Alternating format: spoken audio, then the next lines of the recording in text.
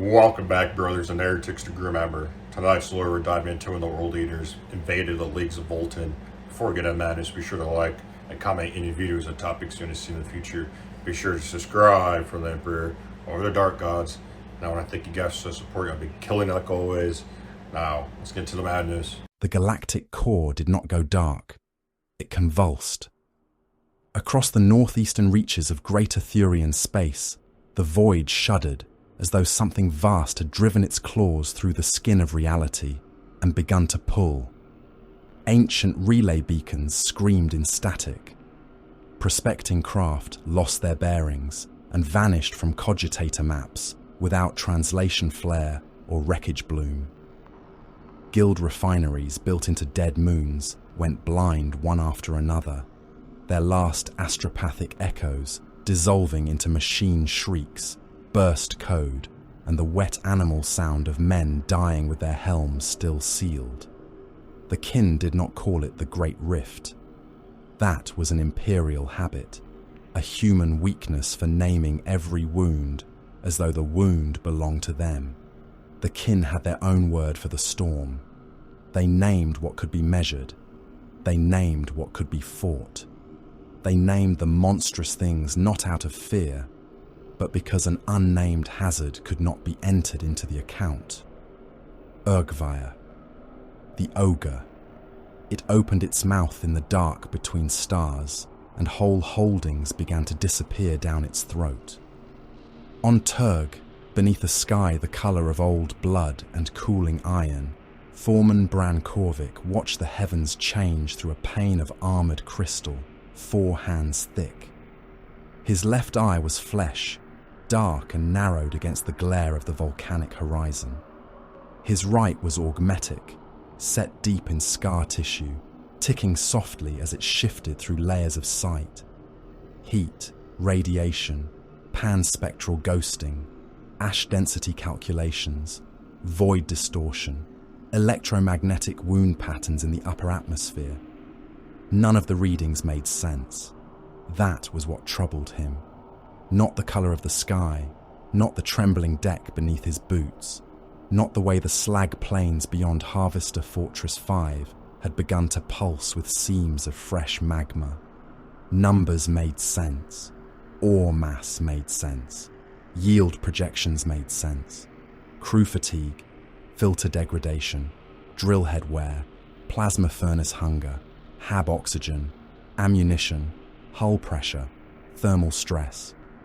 Those things could be counted. Those things could be argued with. Those things could be made to obey if enough iron, labour and stubbornness were applied. The sky did not obey. It folded in the west. Bran saw it clearly through the augmetic eye. The clouds above the black ridgelines were not moving with the wind. They were bending inward, pleating into angles that hurt the flesh eye to follow. Ash storms turned through themselves. Lightning crawled upward from the ground and vanished into holes that were not holes. The Auspex towers along the fortress crown kept resetting, their hazard gongs stuttering through half-born alarms before the cogitators smothered them and began again. Behind him, the command deck of Harvester Fortress 5 continued to work. That comforted him. Kin cursed, kin argued, kin tightened straps, checked seals, recalibrated consoles, spat into waste grates, invoked the ancestors in low voices, and got back to their assigned stations. No one ran, no one wailed, no one asked what the omens meant. Omens were for those who had the luxury of ignorance. A Chthonian driller called Dorvik stood at the Orstator shrine with both hands locked around the brass rail, his beard braided with slag charms, his eyes fixed on the cascading yield tallies. "Primary siphon is still pulling," Dorvik said. His voice was rough through the rebreather grill clamped over his nose and mouth. "Magma flow is rising, but not past tolerance." "Tolerance was set before the sky broke," said another guildkin. "Then tolerance will learn." A few of the others grunted approval. Bran kept watching the heavens. Status from Dock Spine 12.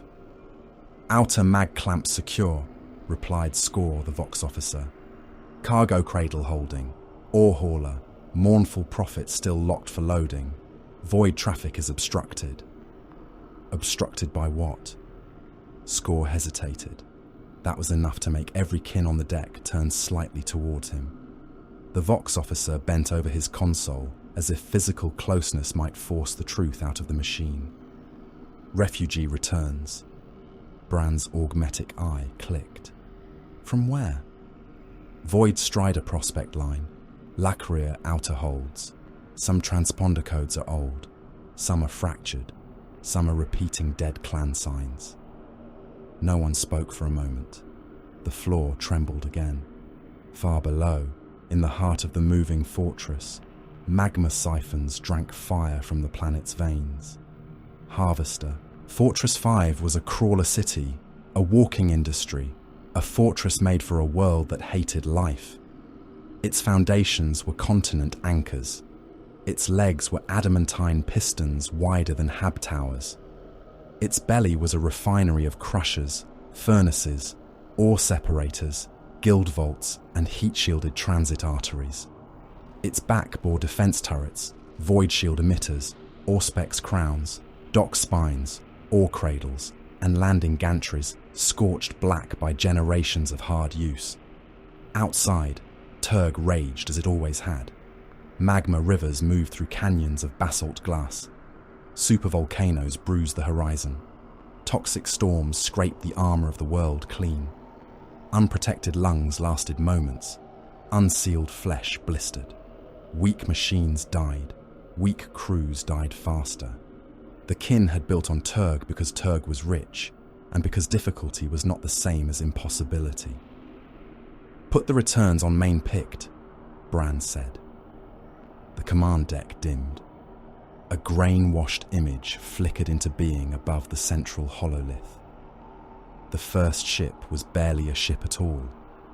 It limped through the void with its prow split open and frozen bodies welded into the ruptures by black ice. Its hull plating was thick with corpse frost, though it had come from no cold system. Its engine stacks pulsed with a sick green glow. Something like roots had grown along its dorsal spine, pale and twitching, vanishing into rents where armor should have been. Its kin markings were still visible beneath the filth.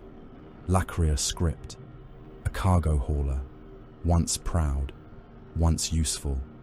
Now it drifted like a corpse that had forgotten how to be still. The Vox crackled. A kin voice came through, calm and almost sane. Ledger return. Ore mass confirmed. Personnel loss unconfirmed. Request docking. Request docking. Request docking. Behind the voice, something scraped against metal from the inside. Long nails. Too many. The transmission repeated, not looped exactly, but recited with tiny changes each time, as if whatever spoke through the dead Vox had learned the words, but not their meaning. Ledger return. Personnel mass confirmed. Ore loss unconfirmed. Request opening. Request opening. Request opening. Score killed the audio without being ordered. Another picked feed replaced it.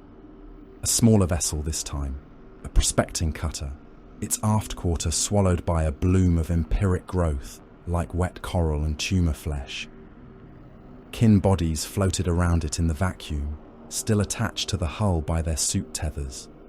Some kicked weakly, despite the hard void. Some turned their helmets toward the survey lens in perfect unison. Dorvik muttered an oath to the ancestors. Bran heard others take it up, not loudly, not in panic. A low, hard sound, a ledger prayer, a remembrance offered before the dead had finished dying. Mark the losses, Bran said. Score swallowed. Foreman. Mark them. Clan code, vessel code, cargo if recoverable, hazard classification if not. Seal the holds. Count what can be saved. The words settled the deck like clamps locking into place. Kin hands moved. Consoles chimed. Data began to flow. Distress signals were routed through hardened LASCOM relays toward the hearthspakes. Warning bursts were fired toward the nearest oath-band musters. Panspectral arrays widened their sweeps, failed, recalibrated, failed again, and kept trying. No one asked if the storm could be understood. Understanding was a labor. Labor required repetition. Örgvayr screamed back through every receiver. Then the warfleets came.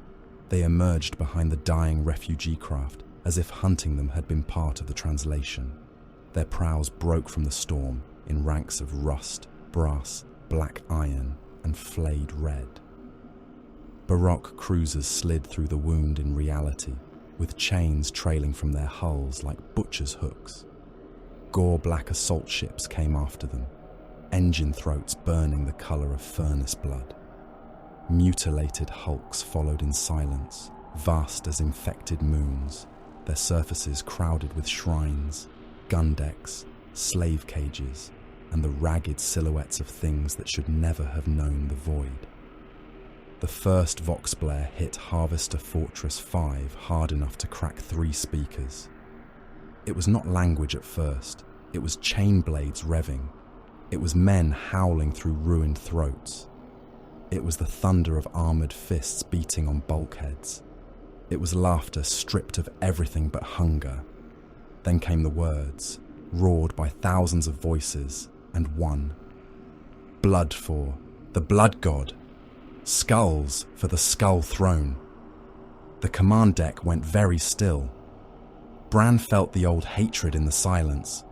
The kin were not given to wasteful fear, but hatred was not wasteful when properly stored. Hatred could be remembered. Hatred could be sharpened. Hatred could be entered into the book. World eaters, said Score. No, Dorvik said, staring at the picked feed as the first assault craft detached from a cruiser shaped like an axe head. Butchers. The red ships did not form elegant battle patterns. They hurled themselves forward in overlapping kill arcs, eager for contact, shedding drop claws and boarding torpedoes before their escorts had cleared the storm wake. Macro cannon fire burst from the kin orbital watch platforms. Several assault craft vanished in expanding flowers of debris. Others came through, broken and burning, still accelerating. Another fleet emerged beside them. These ships did not scream. Their hulls were the colour of old sickness, green-black and corpse-white, pitted with corrosion and marked by icons of despair. They moved with grim patience, as if haste was an indulgence beneath them. Their launch bays opened without fanfare. Clouds spilled from them, not vapour, not exhaust. Weaponized rot carried in armoured pods and rad-seeded dispersal shells. The Purge, Score said. Bran watched the plague craft angle toward Turg's orbital docks and atmosphere gates. Different enemy, same account. The red ones wanted slaughter. The pale ones wanted extinction. The distinction mattered only in method. Fortress 2 reports toxin signatures in high orbit, Score said. Fortress 3 confirms radspore descent. Fortress 4 requests fire corridor authority. Granted, Bran said. All fortresses to Independent Survival Command. Guild priority remains extraction, denial, and live withdrawal where possible. And where impossible. Bran turned his flesh eye from the sky and looked across the deck. They all knew the answer. They asked because sometimes duty required hearing the cruel things spoken aloud. Then we make the enemy pay to inherit ash. The first impact struck Dockspine 12. The whole fortress lurched. Warning runes flared across the hololith. Far above the command deck, beyond armour, gantries, cargo rails, and void seals, something enormous had punched into the outer dock assembly. The sound came down through the structure as a grinding roar. Metal screamed, maglocks sheared. Pressure doors slammed shut in sequence. The picked feed from Dock Spine 12 burst into life. Bran saw the boarding claw before the smoke swallowed half the lens. It was a brutal machine, all teeth and impact pistons, its armour daubed with old blood and brass runes. Its forward jaws had bitten clean through the dock's outer skin. The inner hatch blew inward. The First World Eater came through in a storm of sparks. He was huge, taller than any kin by a grotesque margin, swollen further by ceramite warplate, the colour of arterial spray. Brass trimmed his armour. Skulls clattered at his belt. His helm had long tusks and a snarling grill, and from the back of his skull rose the cables and iron lobes of the butcher's nails. His chain axe was already moving. Guild security opened fire. Ion beams struck his chest and shoulder. One bolt burned a crater into his breastplate. Another took 2 fingers from his left hand. He kept coming. A bolt pistol barked in his fist, and the nearest dock worker came apart in the low gravity, torso bursting outward in a red cloud that drifted like smoke. The berserker hit the security line a heartbeat later, his chain axe carved through void armour, bone and deck plating in the same stroke. More followed him, red giants, brass-mouthed, howling. Their armour was scored by void fire and shrapnel. Some were already wounded from the approach, trailing blood through ruptures in their plate. They did not slow. They hit the dock workers and guild security like a furnace door kicked open into a slaughterhouse. A kin with a plasma cutter burned through a berserker's knee. The traitor fell, caught himself on one hand, and cut the kin in half at the waist before dragging himself forward by his elbows. Another berserker took a magma round through the helm. His skull burst inside the ceramite. He fell against a cargo crane, twitching, while the warrior behind him vaulted the corpse and landed among the defenders. With both chain axes screaming, the dock became red mist, black smoke, and spinning fragments of armour. Dock Spine 12 compromised, Score said, though the picked feed had already said enough. Seal it, Bran ordered. There are still guildkin inside. I know. Score's jaw tightened. He did not argue. His hands moved across the console. On the picked feed, pressure doors began to fall. Kin on the wrong side saw them coming. Some turned and fired harder. Some dragged wounded brothers back toward a narrowing gap that would not remain open long enough. One looked directly into the lens. Bran knew him. Vark Dol, furnace crew, 3rd shift, 2 sons in the lower habs, a tendency to overstate all purity by fractions during disputes. Vark saluted with his plasma cutter. Then the door came down.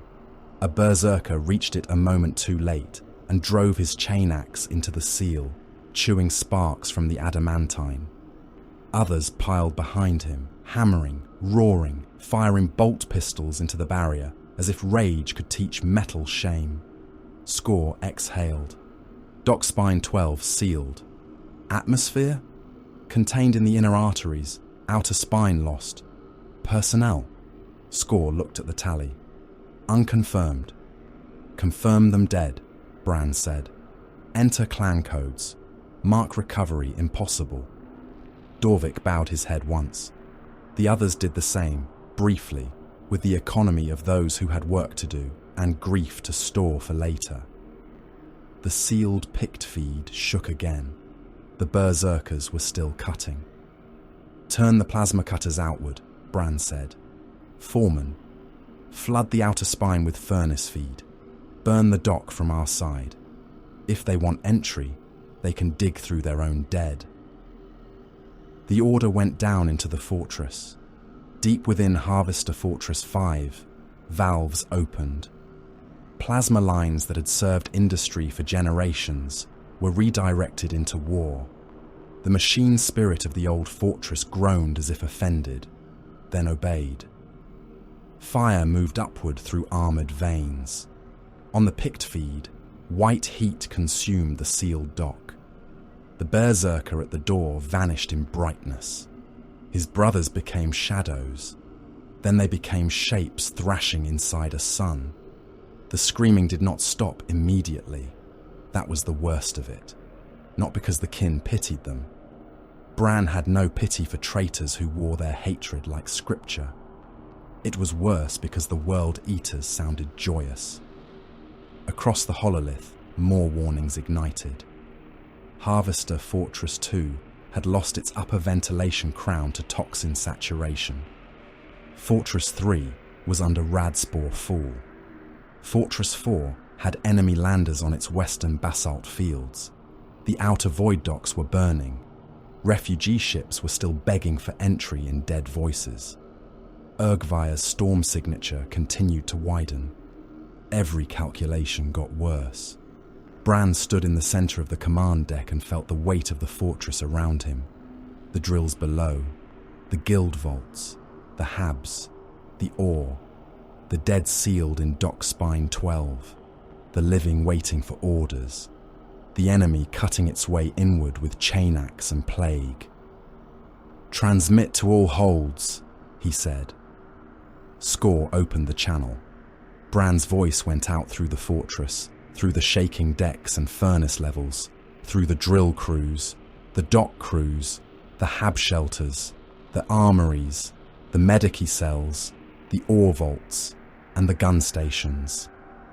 "This is Foreman Bran Corvick of Harvester Fortress 5. The Ogre has opened.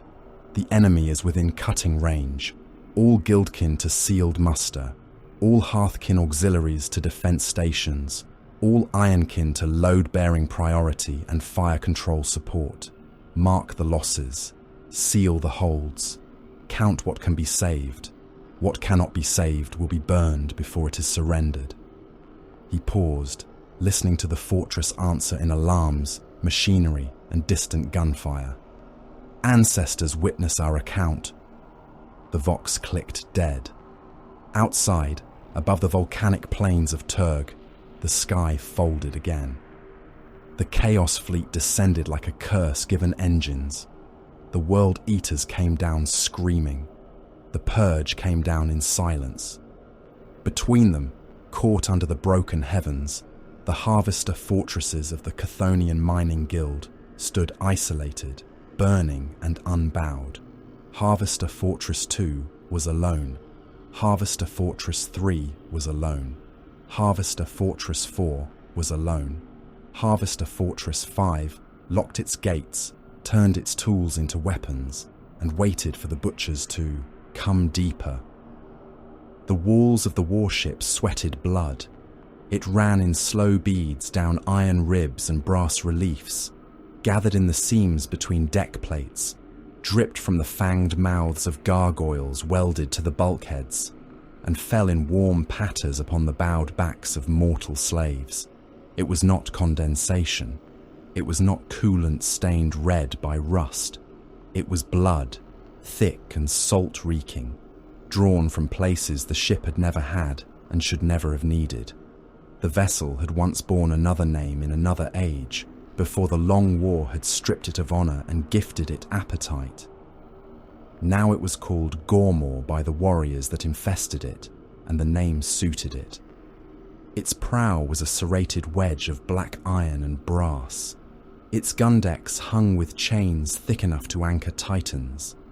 Its launch bays crusted with the remains of those offered to Khorne before every assault. It moved through Örgvayr's storm wake like a predator through smoke, its engines beating with a pulse that sounded almost like a heart. In its lower arteries, slaves dragged ammunition crates over wet decking.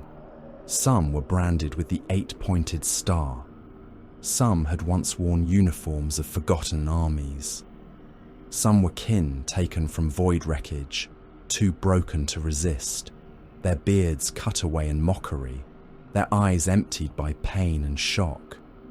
They moved because the chain gangs behind them moved.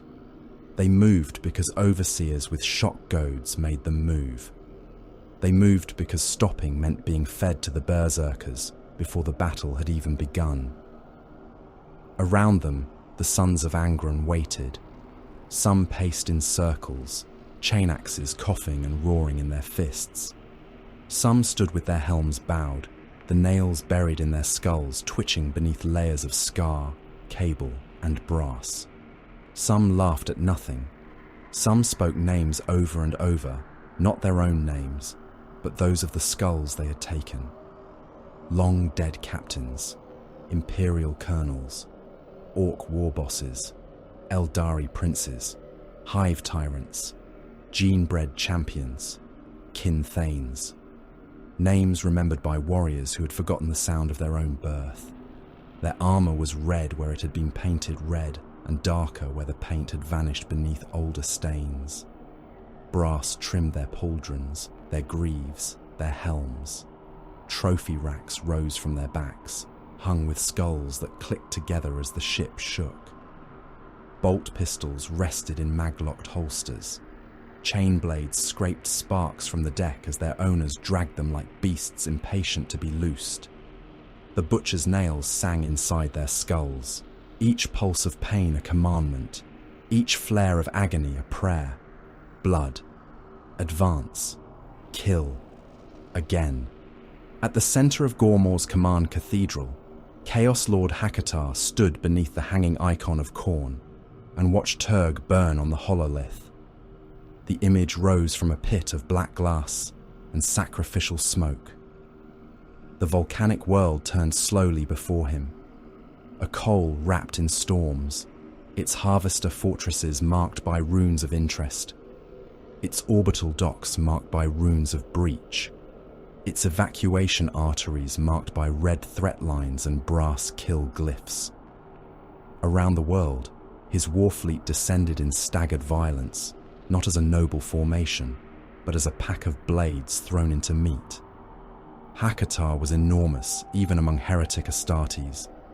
His warplate was a brutal relic of ancient marks repaired with scavenged ceramite, demon brass, and slabs of blackened adamantine. His helm hung from one fist, its vox grill shaped like a snarling beast.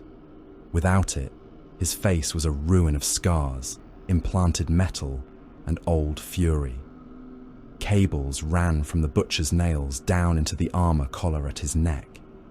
One eye was living, red-veined and pale. The other was an augmetic lens that rotated whenever the nails bit too deeply. He was not mindless. That was the error lesser enemies made when they heard the World Eaters howling across the Vox. They mistook fury for stupidity. They mistook hunger for absence of purpose. Hakatar had killed such enemies by the thousand. He understood retreat routes. He understood fuel stores.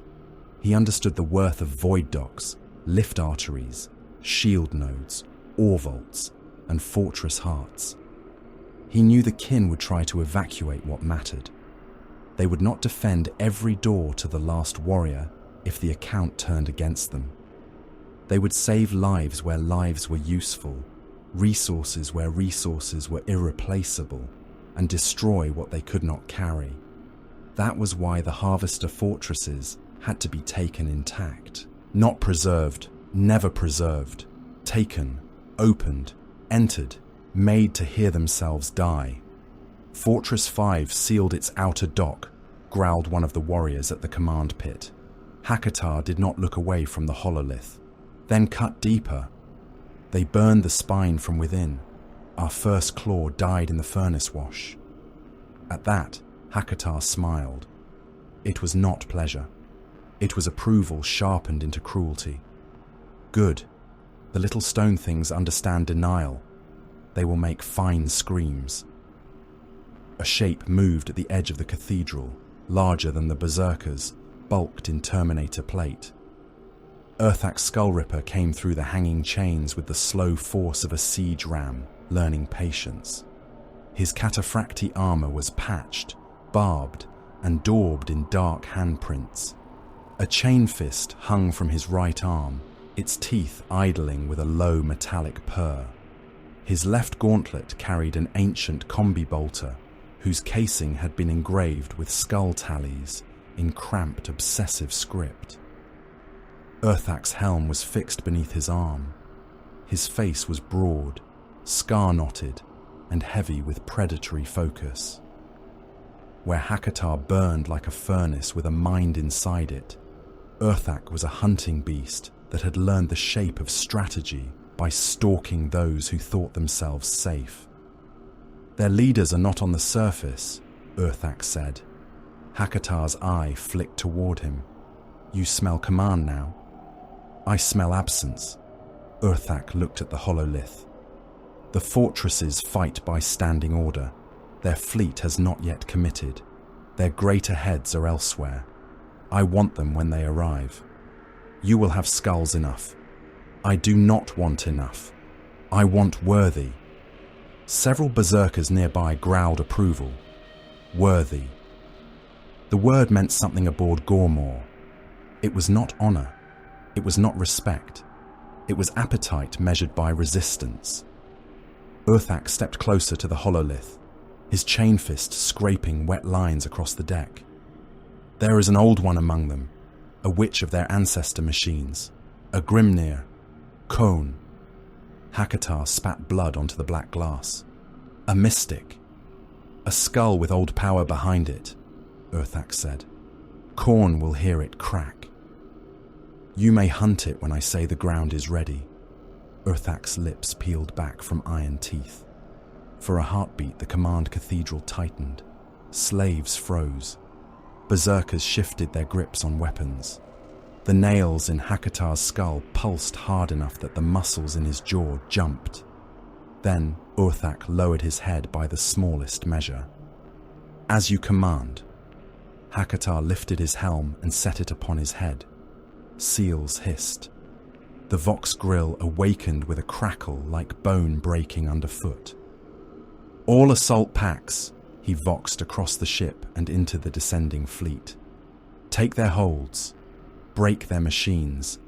Leave the small ones alive long enough to hear the last door open." The answer came back as a storm of voices. Blood for the blood god. Skulls for the skull throne. Kill, kill, kill. The chant spread through Gormor. It rolled down the launch decks where berserkers were chained into assault harnesses not to hold them upright, but to stop them killing the pilots before descent. It thundered through the armories where mortal slaves loaded bolt shells with shaking hands. It pulsed through the demon cages where the Eightbound waited in the dark. They were not merely possessed. That word was too small and too passive for what they were. Each had opened himself to the warp and taken 8 demons into his soul. Each had drowned in hatred and dragged the drowning things beneath him. Their bodies were swollen with impossible muscle, their armor split and fused into flesh, their eyes burning with 8 hungers yoked beneath one will. Some had horns jutting through helm and skull. Some had arms too long for the bodies that bore them. Some whispered in layered voices to the things they had beaten into obedience within their own blood. They strained against their chains as the chant reached them. One slave walked too near. An Eightbound's hand snapped out, fast as a trap. The slave's head vanished inside the warrior's fist.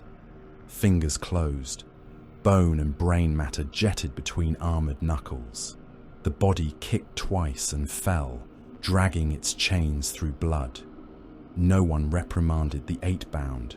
The ammunition line simply stepped around the corpse.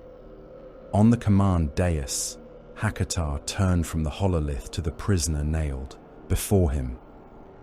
The Kin Voidmaster had been fixed upright against a slab of brass taken from an imperial shrine ship centuries before. Chainblade teeth had been hammered through his shoulders, thighs, and forearms, pinning him in place. His void suit had been cut away in strips, but enough of it remained to show rank, clan, and function. His beard was clotted with blood. One eye had swollen shut. The other remained open, dark and steady. Hakatar had left him alive for the same reason one left a throat uncut before an offering. A dead thing could not refuse. "Coordinates," Hakatar said. The Voidmaster breathed through broken teeth. His answer came out in kin-accented low Gothic, ragged but clear. "Filed elsewhere." Hakatar leaned closer. "Fortress evacuation routes, secondary lift arteries, void gate alignments. Speak them." The kin looked past him toward the hololith, where Turg turned in fire. "No." A mortal slave whimpered somewhere to the left. It was a tiny sound. Hakatar heard it. Every World Eater nearby heard it. Hakatar reached without looking, caught the slave by the spine, and threw him into the nearest berserker. The warrior's chain axe came up by instinct. The slave burst open from collar to groin, wet heat spilling across the deck. The berserker snarled in gratitude and licked blood from the teeth of his weapon. Hakatar kept his gaze on the kin. "You hear them?" he asked. "That is what waits beneath your doors. Not death. Death is clean. Death is a closed account. I will give your holds something better. I will give them time. I will let them hear us cut through the gates. I will let them count every scream between the first breach and the last. Give me the coordinates, and I will kill you now." The Voidmaster blinked slowly. Poor bargain. Something like amusement moved through Hakatar's chest. "You mistake me. I do not torture you for knowledge alone. Your refusal is useful. Khorne despises empty offerings. A broken coward gives little. A stubborn skull rings louder." The kin spat blood onto Hakatar's boot. "Then listen well." Hakatar's fist closed around the first chainblade tooth in the prisoner's shoulder. He twisted. The kin's breath hitched, but he did not scream. Hakatar twisted harder until bone cracked wetly beneath the lodged metal. Still, no scream. Urthak watched with interest. "Again," he said. Hakatar tore the tooth free. Blood sheeted down the brass slab. The Voidmaster's body shook, but his eyes stayed fixed forward. Hakatar took a second tooth, then a third, turning each wound into a red mouth. At last, the kin made a sound. Not a plea, not a scream. A breath forced through clenched teeth, thick with pain and contempt. Hakatar struck him across the face hard enough to break the jaw. "Coordinates." The kin's reply was almost nothing. "Denied." Hakatar laughed then, and the command cathedral answered with chain axe revs and helm-barked howls. He killed the Voidmaster quickly after that, not out of mercy, never mercy. He drove his thumbs beneath the kin's jaw and lifted until the neck broke with a heavy pop. Then he ripped the head free and held it high before the icon of Khorne. Blood ran down his forearms and pattered across his breastplate. "He kept his account," Hakatar said. For a moment, there was silence among the World Eaters. Not reverent, not gentle. A predator's silence before feeding. Then Hakatar hurled the head into the hololith. It passed through the image of Turg and landed at Urthak's feet. "Take it," Hakatar said. "A promise against the one you want." Urthak bent, picked up the head by its blood-wet hair, and fixed it to a hook on his trophy rack. "The Old One's skull will hang above it." A new voice entered the cathedral through a side channel, filtered by corrupted vox and wet respirator clicks. "Your theatrics expend time." The speaker's image formed as a sickly green spectre in the hololith smoke. He was a warrior of the purge, armoured in diseased plate without ornament beyond rot, corrosion, and the sigils of annihilation. His name was Lord Varrigan's Scythe, and he had never once called the war a war. He called it cleansing. He called it correction. He called it the removal of error from the galaxy. Hakatar turned his helm toward the projection. Speak carefully, corpse breather. Turg is contaminated by resistance. The kin fortresses are resource nodes and infection nodes. Sterilization is the efficient outcome. The fortresses are altars waiting to be opened. They are plague vectors waiting to be burned.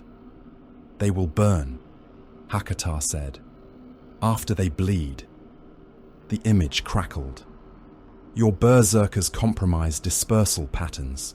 They tear sealed areas open before toxin concentration reaches terminal saturation. Hakatar's chain axe, Gorefather's whelp, came awake in his hand. The teeth snarled with a sound that made several slaves collapse to their knees. My berserkers compromise nothing. They reveal what hides behind doors. You are uncontrolled infection, Scythe said.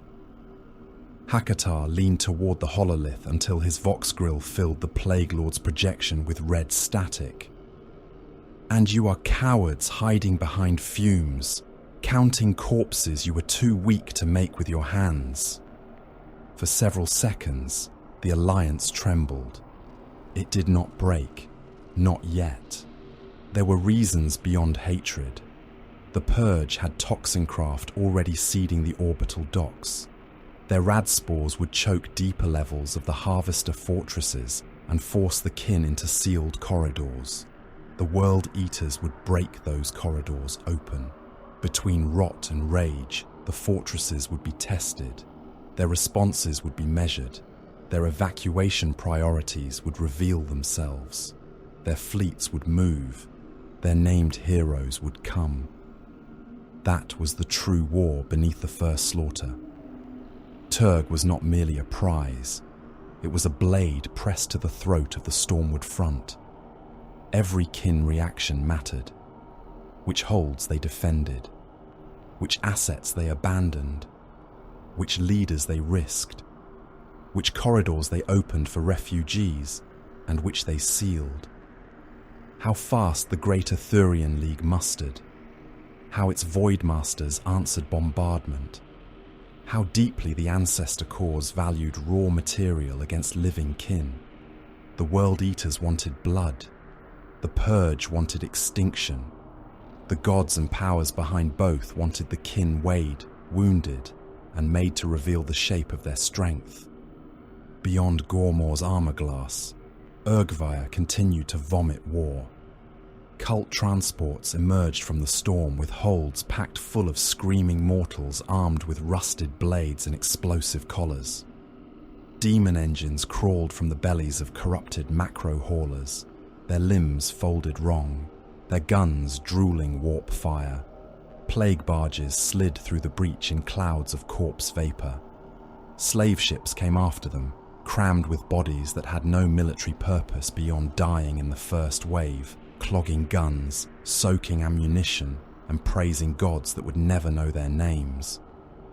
World Eater's assault craft descended in packs toward Turg's burning docks.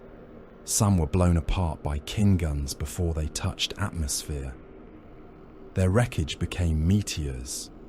Some struck the surface broken, spilling berserkers into magma fields where they climbed out burning and laughing. Others found dock spines, fortress crowns, shield gaps, and landing platforms already slick with the blood of the first dead. Gormor shook as another salvo left its macro batteries. The hololith flared. Harvester Fortress 5 remained sealed. Harvester Fortress 2 was choking under toxin descent. Harvester Fortress 3 had begun evacuation routing. Harvester Fortress 4 had turned its western guns on its own, captured outer works rather than let berserkers use them as cover. Hakatar watched it all with growing satisfaction. They are hard, Orthax said. They are short, said a nearby berserker, and several laughed. Hakatar did not. Stone is short. Stone breaks teeth. Orthax's eyes narrowed. You praise them. I prepare to kill them properly. A bridge serf crawled across the deck toward the dais, dragging one useless leg behind him. He had been burned by overheated cables, and the skin of his chest had peeled back in strips. He pressed his face to the bloody deck before speaking. "Lord Hakatar, intercepted transmission from the Kin frontier. Priority routing, Obsid Gate." Hakatar's helm turned slowly. The surf trembled so hard his teeth clicked together. "A name, Lord, repeated through command channels. Speak. Rathar, the destined, return to muster." The Hearthspake answers him. The command cathedral changed.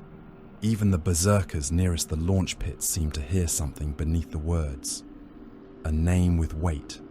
A skull with history. A leader enough to draw others into the fire. The kind of enemy whose death could become more than meat. The kind of enemy worth crossing a burning world to reach. Hakatar began to laugh. It was a terrible sound through the Vox grill, deep and wet and amplified until blood shook loose from the walls. The nails bit into him, and his laughter broke into a roar. Blood sprayed from his grill across the hololith, spattering the image of Turg in fresh red. "Good," he said. He lifted his chain axe and pointed it toward the burning world below. "Let the ancestors send me something worth killing." Obsid Gate did not kneel beneath the storm. It stood. The whole world of the kindred of Votann rose from its ancient stone like a verdict rendered in adamantine. Its outer bastions were carved into mountains older than most human empires. Its voidwood defense crowns tracked the black between stars with patient fury. Its gravitic foundries hung beneath continent shelves, pouring white fire into molds older than the Imperium's memory. Plasma-lit halls ran in layered arteries through the planet's bones. Vaults within vaults held gene records, ore ledgers, oath stones, grudges, battle plans, clan debts, and the dead in memory, if not in flesh. At the heart of Obsid Gate lay the Hearthspake chamber. It was not a throne room. The kin had little use for thrones.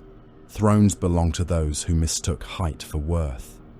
The Hearthspake was a council hall, a war accounting vault, an ancestral shrine, and a command nexus, all bound into one vast circular chamber beneath a dome of black stone veined with glowing mineral light. Ancestor sigils burned across the walls in slow procession. Brass-cased cogitators chattered in recessed alcoves. Ironkin attendants moved between data stacks with unhurried precision, bearing slate scrolls, ammunition tallies, casualty ledgers, and sealed messages from the outer dark.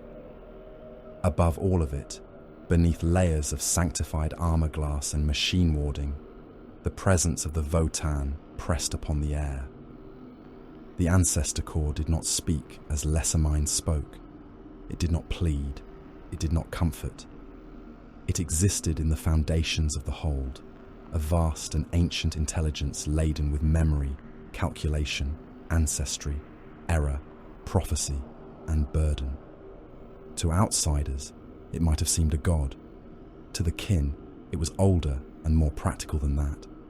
A god demanded faith. The Votann demanded upkeep, patience, interpretation, and respect. It remembered bloodlines. It remembered debts. It remembered discoveries, betrayals, yields, migrations, victories, failures, and the names of those who had died sealing doors so others might live. Before that memory, the kin did not kneel. They gathered, they argued, they accounted, they decided. Carls, Thanes, guildmasters, forge speakers, void captains, grim-faced Chthonian representatives, broker ironmasters, and oath wardens stood in the Hearthspake's circular tiers as Turg's failing telemetry bled across the central hololith. The world turned in red and black. Its volcanic belts flickered. Its harvester fortresses flashed as embattled runes. Its void docks burned in orbit. Örgvayr pulsed beyond it, a wound in reality, rendered in colours no sane sensor had been made to display. Noise filled the chamber, but it was not panic. Fortress 2 reports atmospheric contamination through upper vents. Fortress 3 has begun internal evacuation routing. Fortress 4 is cut off from Western transit. Fortress 5 sealed Dock Spine 12 and burned its outer works. Void Strider returns are compromised. Lakria hold signs repeat through dead channels. Chaos fleet mass is still increasing. Then Obsid Gate must lock down.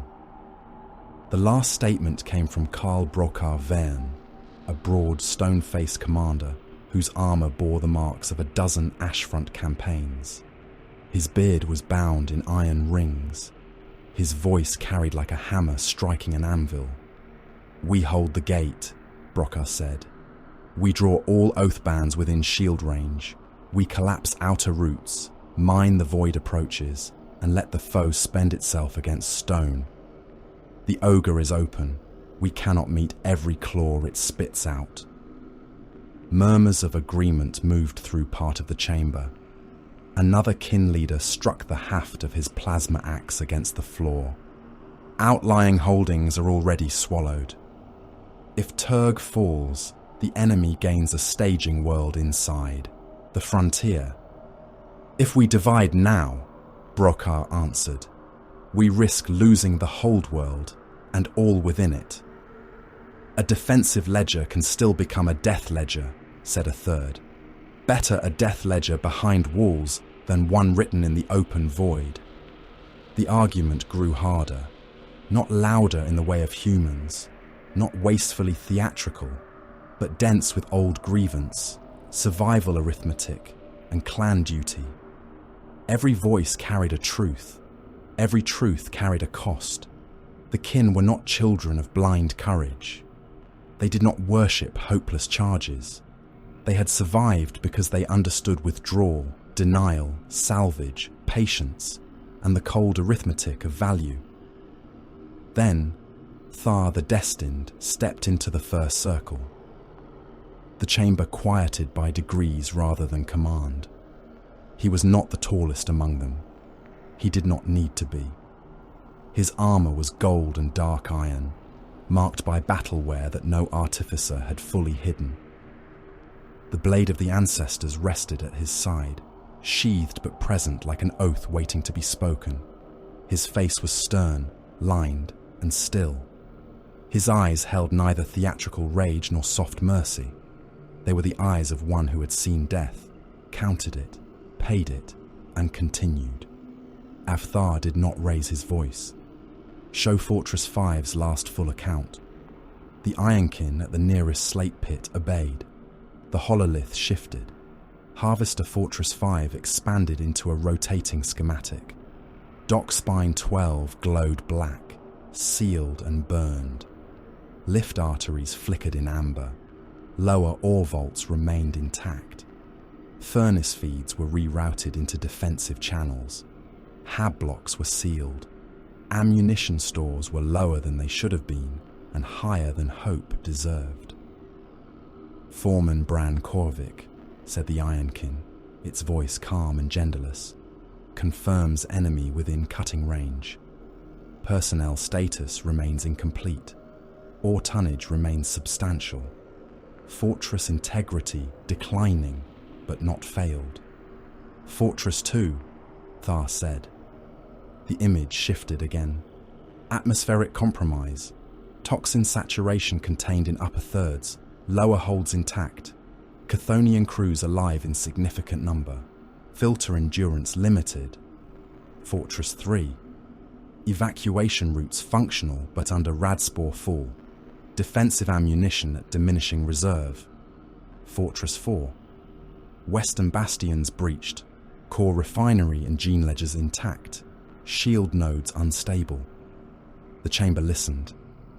Thar studied the world as others might study the face of a wounded brother. He did not see a lost planet. He saw routes, weights, times, heat blooms, enemy habits, cargo priorities, shield decay, descent corridors, possible sacrifices, and the narrow places where a doomed thing might still be made useful. Not lost, he said. Örgvayr's jaw tightened. Not held either. No. You would spend the kin host for ore and trapped miners. Thar looked at him. I would spend what must be spent to recover kin, iron kin, gene record, deep core yield, guild engines, and denial codes before Chaos learns our measure uncontested. Chaos already learns. Then let it learn pain. A low approval moved through the lower tiers. Örgvayr did not yield. The World Eaters are not raiders. The Purge are not mere pirates. Their fleets continue to emerge from the Ogre. You know this. We all know this. Turg is bait. Yes, Thar said. That single word silenced more of the chamber than a shout would have done. Thar turned back to the hololith. The foe wants response pattern. It wants to know how quickly we muster, what we value, where we draw lines, when we retreat, what we abandon, and what we cannot bear to lose. If we remain behind Obsid Gate's shields, we answer them with fear. If we go to Turg without purpose, we answer them with waste. He touched the rune for Harvester Fortress 5. It pulsed red. So we answer with a count. The chamber waited. The foe has rage. We have memory. The foe has hunger. We have need. Luck has. Need keeps. Toil earns. The old saying settled over the hearthspake with more weight than any banner or hymn. Kin in every tier bowed their heads a fraction. Even the ironkin seemed to still. Thar continued. Some oath bands remain. Obsid Gate will not be bared. Shield lines are to be reinforced. Void mines seeded across the inner approaches. Bastion guns awakened from reserve sleep. No gate opens without triple oath mark. He gestured again, and Turg split into operational layers. Others move. We slow chaos. We break its first assumptions. We evacuate kin and ironkin from fortresses 2, 3, 4, and 5 where possible. We recover gene ledgers, ancestor fragments, guild cores, mineral yield, and strategic machinery where possible. What cannot be moved will be destroyed past use. No trophy for chaos. No mine for the enemy. No sentimental ruin. There was no pleasure in the words. That made them harder. A guildmaster from the Chthonian Mining Guild stepped forward, face grey with fury. Those fortresses are works of generations. And if left whole, Thar said, they become works of the enemy. The guildmaster's hands curled into fists. For a moment, grief warred with reason. Then he lowered his head. Enter it as debt. It is already entered. Voidmaster Hemmick stood among the upper-tier commanders, severe in dark void armor, her rank stones glimmering at her collar. Her eyes reflected the hololith's burning orbit. My ships can force a corridor, she said, not hold it. Force it. The enemy fleet is swollen with assault craft, plague barges, and slave hulls. Their grand cruiser bears heavy armor. We can wound it if we draw it long. You will take the orbital action, Thar said. Strike the bombardment vessels. Force them to turn guns from the surface. Conversion beams at range. Drill torpedoes for the large hulls. Spend escorts only where the return is worth the ledger. Hemmick inclined her head. The void will pay. Knock of the Hernkin pioneers leaned on the rail below her, ashcloak hanging from one shoulder, scanner rig folded against his back. He looked half like a scout and half like a weapon built by a miser. The Fumarok range is blind country, Knock said.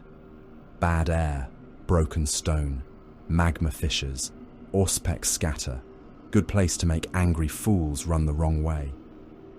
Your pioneers will harry the northern approach, Thar said. Draw world eaters from Fortress 5. Do not seek honor. seek delay. Nork snorted. Honor is heavy. Delay travels lighter. A few kin grunted amusement. It died quickly. Grimnir Cone stood beneath the ancestor sigils, staff grounded before the hololith. Age clung to Cone, not as weakness, but as density, as if many lives and many dead spoke softly through that still body. The eyes were bright, severe, and deep with machine-lit thought. "I will take the rescue columns," Cone said. "Fortresses 2, 3, and 4. Einhir for the breach points, Hearthkin for corridor holding, Chthonian teams for ore release and vault uncoupling, Ironkin for load priority and casualty sorting." Brokkar looked sharply toward Thar. "You would send a living ancestor into a poisoned extraction zone," Cone answered before Thar could. "The dead are already there. They should not wait unattended." No one argued with that. Thar nodded once. "You will have what you require." "What I require," Cone said, "is time. Then I will buy it." There it was, spoken without flourish. No oath bellow, no raised blade, no promise of victory, just a transaction offered to war. Thar turned to the armoured runes massing near the Shatterfields and the Chasm of Embers. "I lead the spearhead. Hecaton land fortresses in first ascent where void conditions permit. Sagittor screens. Hearthkin in armoured echelons. Einhir where the line must not bend. Chthonian berserks held until the enemy reaches biting range." "And if Hakatar comes?" asked one of the Thanes. Thar looked at the rune marking the World Eater's command assault. Then his skull becomes a message. The Hearthspake accepted the shape of the war. From that moment, Obsid Gate changed. Orders thundered through stone arteries and armoured vox channels. Muster bells sounded in the barracks vaults. Heavy doors opened with the groan of old pressure seals.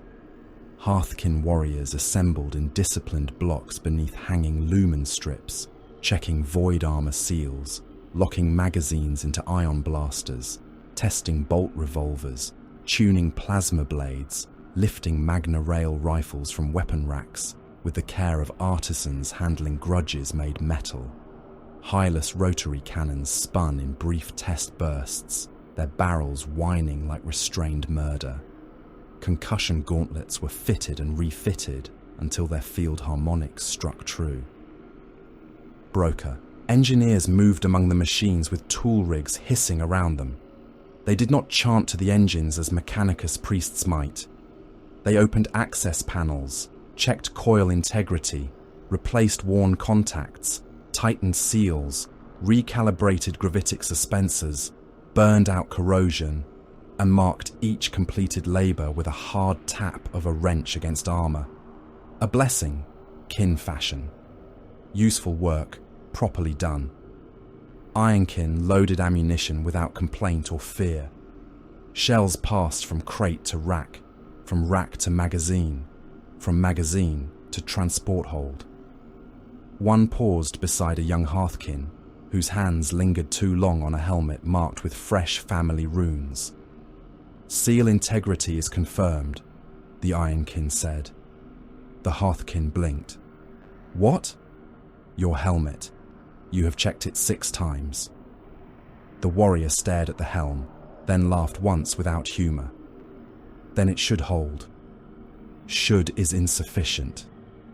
The Ironkin took the helm, checked the seals a 7th time, and handed it back. Now it will hold until struck beyond tolerance. Comforting. Accurate. In the vehicle vaults, Hecaton land fortresses awakened. Their engines growled through the floors. Sagittor ATVs rolled onto launch cradles. Ore-hauling carriages were armoured in haste, their industrial frames reinforced for battlefield extraction. Medical holds were stripped to make room for gene ledgers and wounded. Cargo hierarchies flashed on slates. Livingkin, Ironkin cores, Votann-linked data, guild ledgers, deep core samples, refined ore, machine relics, ammunition, then all else by commander discretion. Elsewhere, in a sealed chamber beneath the hearthspake, the kill switch authorizations were spoken. No ceremony softened them. Fortress reactor codes, magma siphon overload patterns, vault collapse commands, data core immolation rights, void shield inversion triggers, foundry furnace bloom protocols. Each phrase was checked against clan right, guild claim, and military necessity. Each authorization cut a piece from kin history and held it over the fire. The Chthonian guildmaster, who had spoken before, stood among the witnesses. His face had gone hard as cooled slag. Fortress 5's deep drills are ancestral works, he said. They are enemy works if captured, replied the Oath Warden.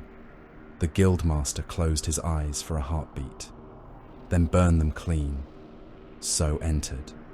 No trophy for chaos, no mine for the enemy, no sentimental ruin. Above Obsid Gate, launch corridors opened. Defense shields rippled as kin vessels began to rise from gravitic cradles. Their hulls were not graceful. They were dense, functional, hard-edged, and old with use. Warships cleared the fortress moonlets. Transports locked into convoy formation. Escort craft slid into firing lanes. Signal lights pulsed through ash-coloured void. In the hearthspake chamber, Athar remained before the hololith until the last operational rune turned from amber to green. Örgvayr came to stand beside him. I still say this risks much, Örgvayr said. It does. You do not doubt? I calculate.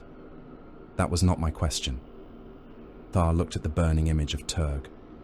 Doubt is not useless. It prevents waste. But doubt is not command. Örgvayr grunted. And prophecy? Prophecy is a debt sent backward. The older Karl considered that, then nodded once. Bring back what can be saved. Thar's gaze did not shift. I will bring back what is worth the cost. The chamber trembled.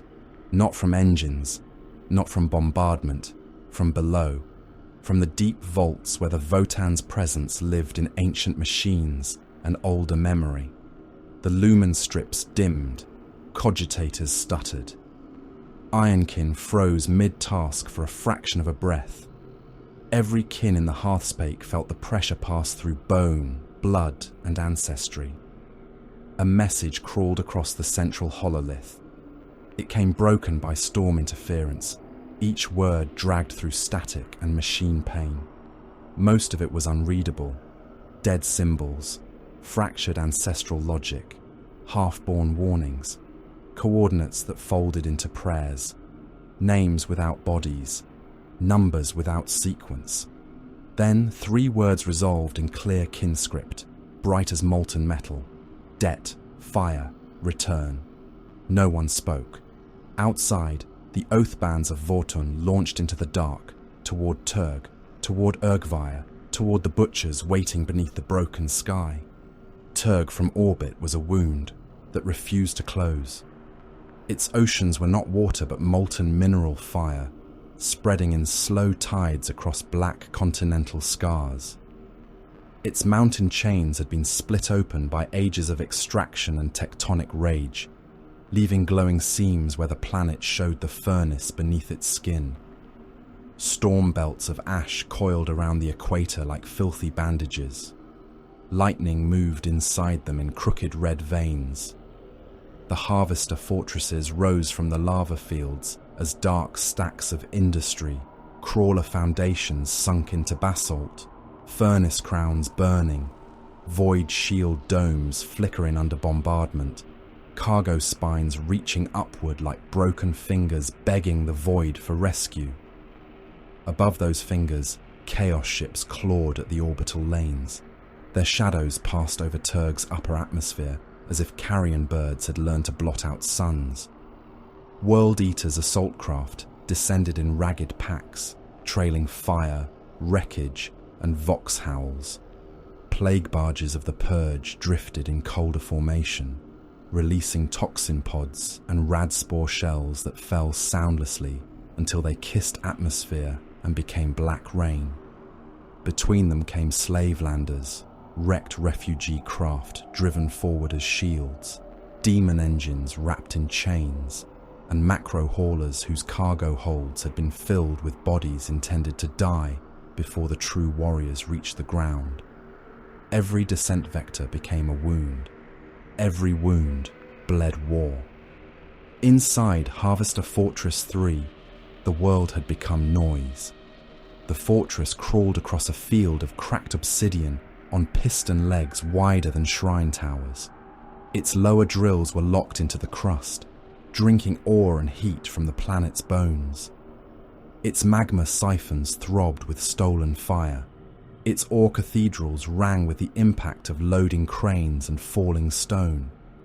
Its maglift arteries ran from the gut of the machine city to its cargo spines, where hecaton loading clamps waited for transports that could not yet reach them.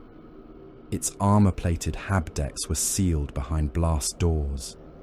Its void shield nodes flashed and dimmed under the hammering of orbital guns. Fortress 3 had not been built to be beautiful. It had been built to work, endure, move, and kill anything foolish enough to mistake industry for weakness. The enemy was learning. A pressure gate in the lower refinery district buckled inward under Chainax's assault. The kin waiting behind it were not line soldiers in parade formation. They were Chthonian miners, furnace crews, ore haulers, pipe crawlers, clone techs, guild apprentices, ironkin loaders, and exhausted hearthkin auxiliaries drawn from the fortress garrison. Many wore exo-rigs meant for labour, not war. Their mining harnesses were scarred by heat and stonefall. Their drill arms were industrial tools, not elegant weapons. Their cutting lasers had been designed to carve ore veins, not traitor ceramite. In the 41st millennium, the difference had never mattered much. When the doors failed, every tool became a weapon. Foreman Drav Morn stood at the front of the refinery line with a mining laser braced into the shoulder cradle of his exo-rig. His armor was blackened by furnace soot. One side of his beard had burned away hours earlier, and he had stapled the remaining braid under his rebreather seal to stop it interfering with the rig collar. Around him, his guildkin waited in the red gloom between ore hoppers and coolant stacks. The gate screamed. A berserker's chainaxe punched through it, teeth chewing in a bright spray of sparks. Another blade joined it. Then gauntleted fingers forced into the split, and the adamantine slab began to bend. Drav keyed the local vox. "Hold until full breach. Waste nothing." "They're through," said a younger miner behind him. His voice shook despite his effort to lock it down. "Not through enough." The gate folded inward. The first World Eater entered with his helm lowered and both chainaxes roaring. He came through the steam like a slaughterhouse idol torn from its altar. Red plate, brass trim, skulls on iron chains, the butcher's nails pulsing at the back of his helm. His vox grill poured laughter into the refinery, distorted and wet, as though the warrior were drowning in joy. Drav fired. The mining laser hit the berserker in the chest with a white beam meant to slice mineral strata. Ceramite boiled. Brass trim ran like wax.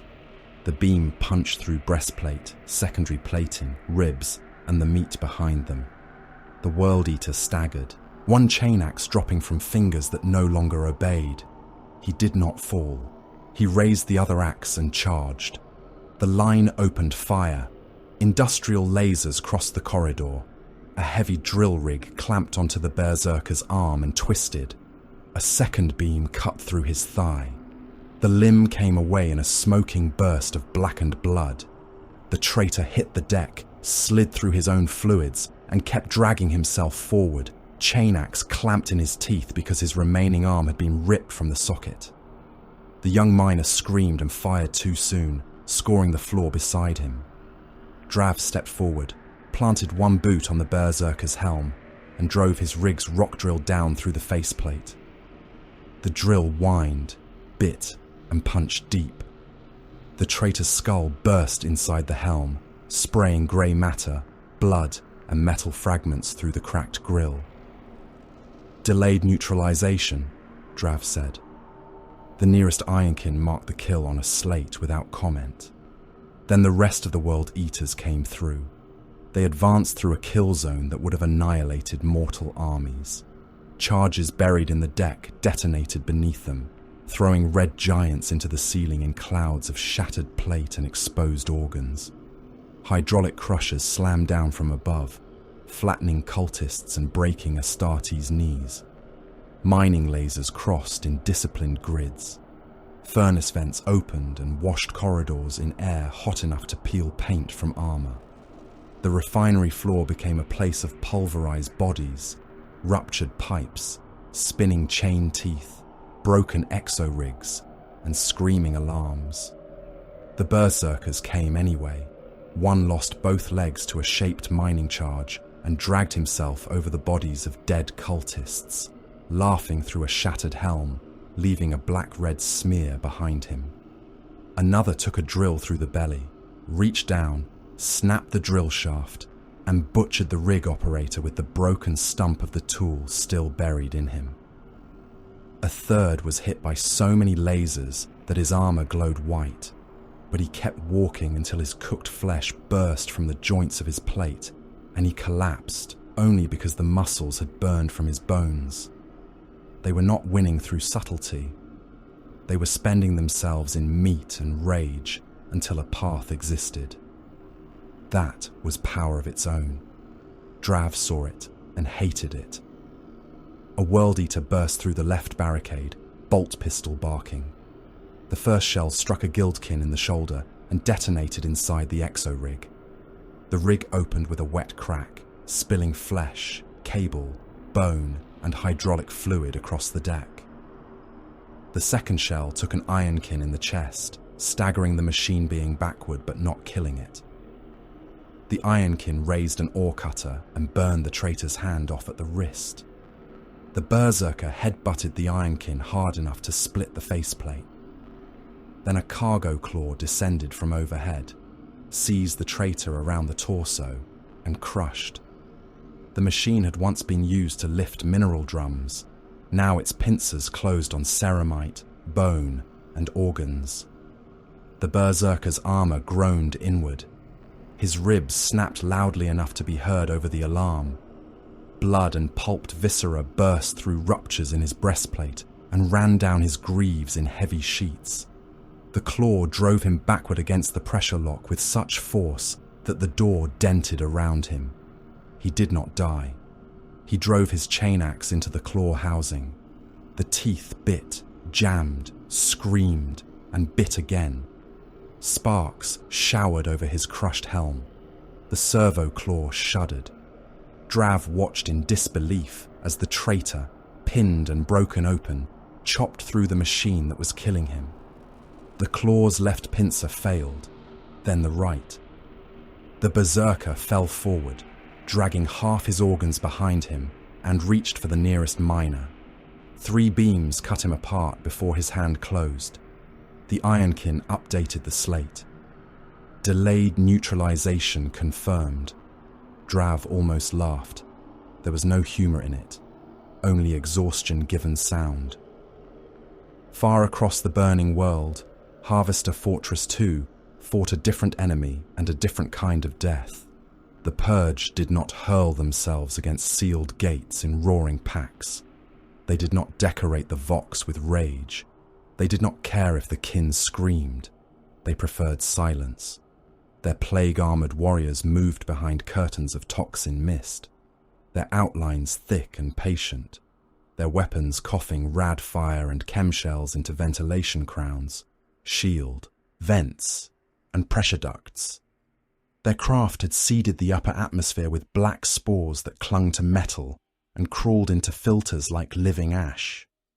Fortress 2's filtration systems were ancient, layered, and maintained with the obsessive care of those who knew Turg's heir had always wanted to murder them.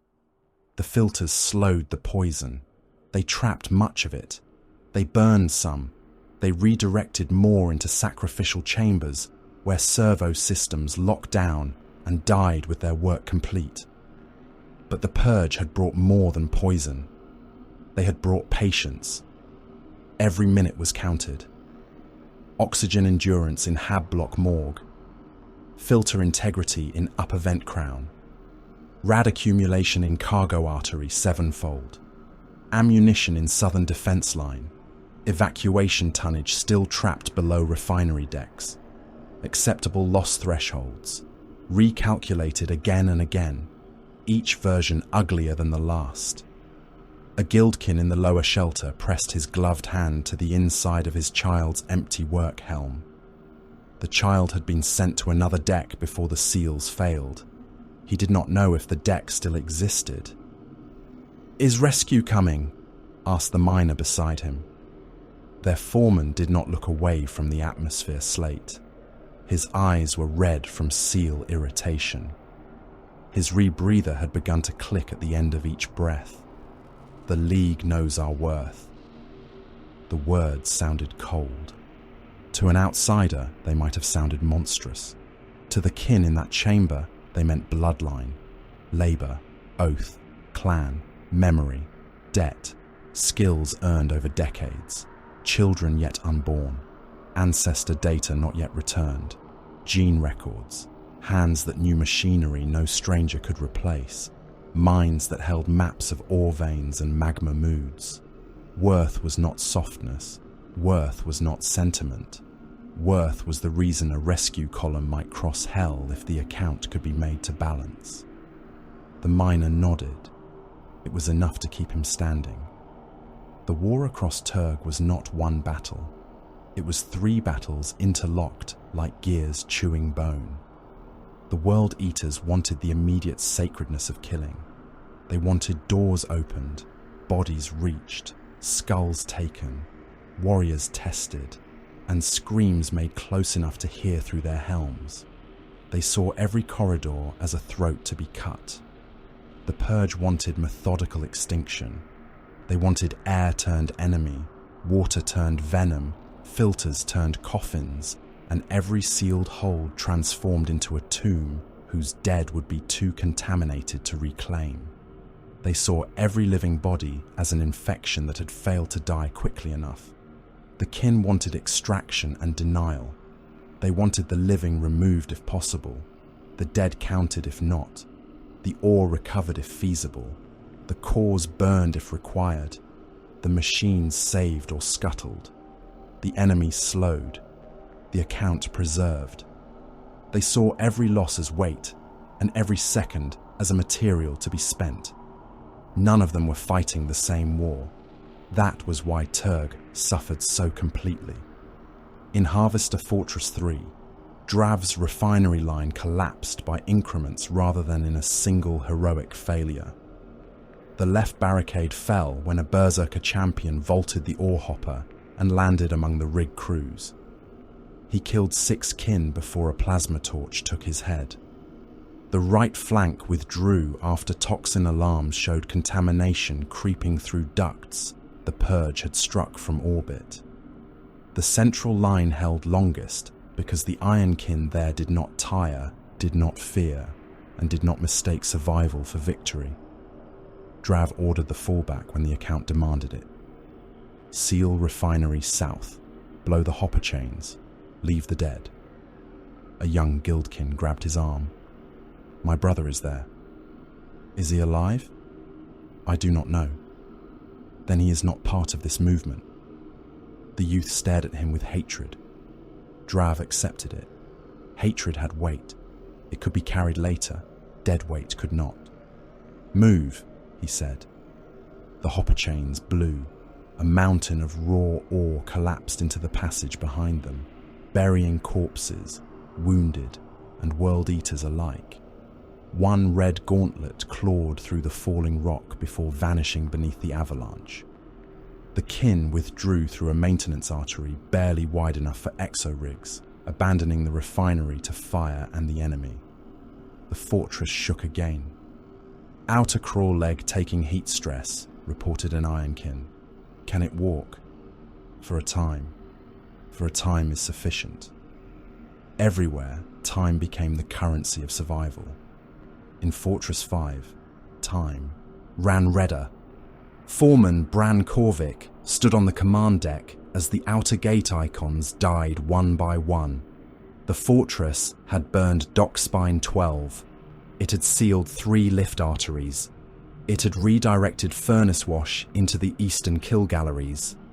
It had collapsed 2 access tunnels with mining charges, while living kin were still inside because the World Eaters behind them were closer than any rescue could be. Every order had entered another debt beside Bran's name. He had stopped flinching at the tally chime. That troubled him more than the bombardment. "Outer gate anvil is failing," Score said from the Vox pit. The hololith showed the gate as a red wound. Enemy contact mass beyond it was unreadable, too dense with heat, motion, and interference. Bran's augmetic eye fed him fractured images from surviving picked lenses. Brass, red plate, chain axes, firelight, bodies nailed to industrial frames, berserkers pounding on the gate not with tools, but with their own armoured fists, as if they wished the fortress to know hatred had hands. "Reinforce with furnace pressure," Bran said.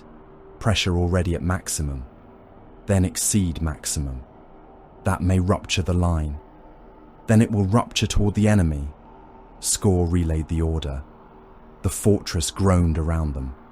For a moment, it seemed to work. Furnace pressure surged. The gate's inner seams glowed white. Something outside screamed in delight or pain. Perhaps both. Then a new impact struck the gate, heavier than the rest. Once. Twice. A third blow split the center seam from crown to deck. The picked feed sharpened for one terrible heartbeat.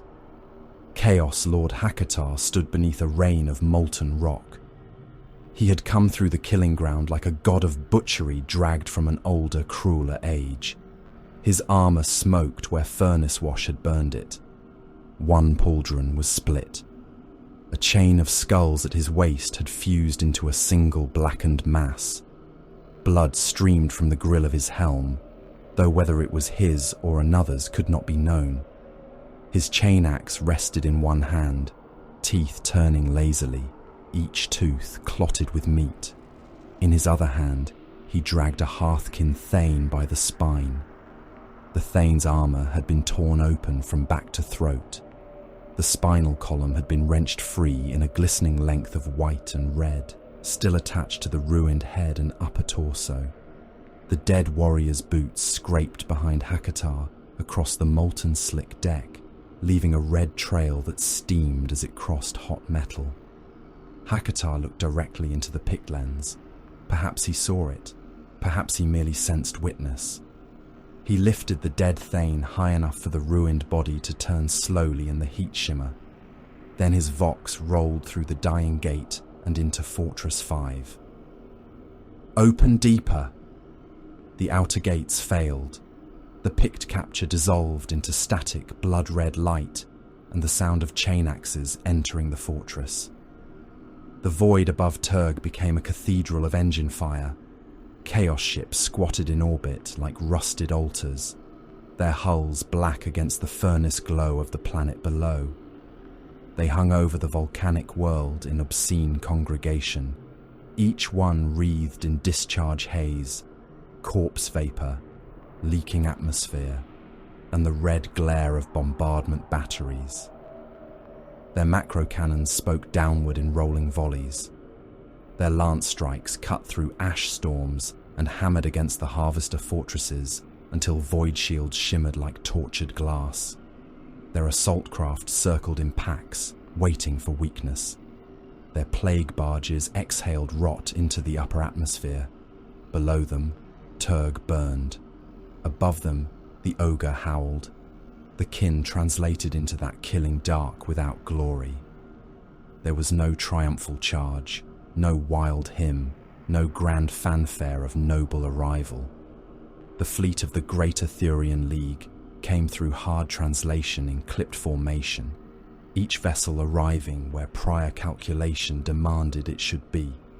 Drive flares ignited in disciplined sequence, Auspex ghosts resolved into iron certainties, void shields rose, target locks formed, engines corrected drift by fractions, batteries woke in silence.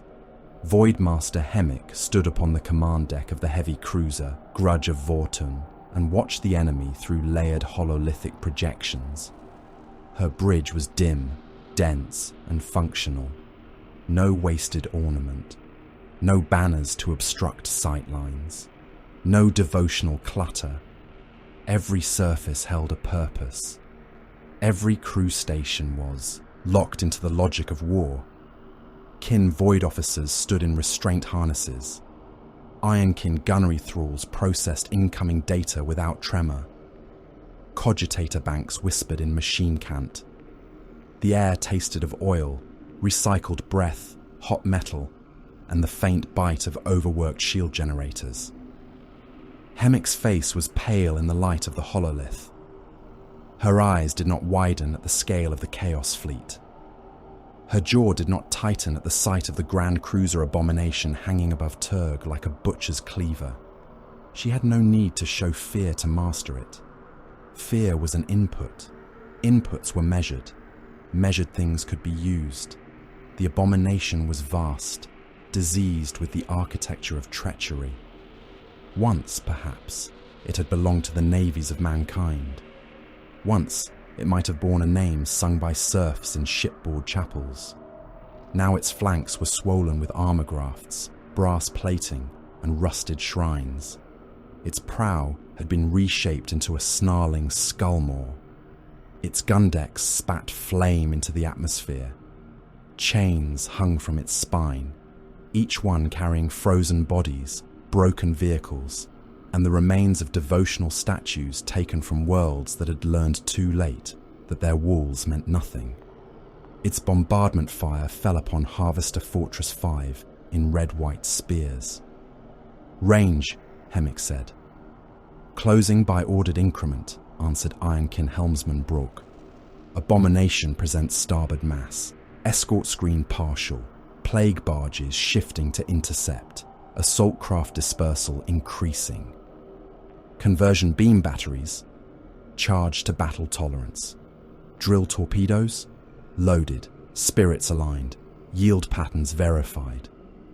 Hemmick folded her hands behind her back. "Do not waste them on escorts." A kin gunnery officer glanced up from his slate. "Enemy escorts entering point defense range. Let them." The officer looked back to his console.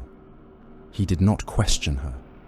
The bridge remained quiet around them, though beyond the armor glass, the void bloomed with incoming fire. The first chaos salvo struck the Grudge of Votann across its forward shields. The ship shuddered. A lesser bridge might have filled with alarms and shouted fear. Hemmick's bridge filled with numbers, shield degradation, armor stress, enemy firing intervals, heat load, probable reload timing, translation drift, torpedo angle, conversion beam harmonics. "Let them close," Hemmick said. "Mark their hunger. Hunger is a course prediction."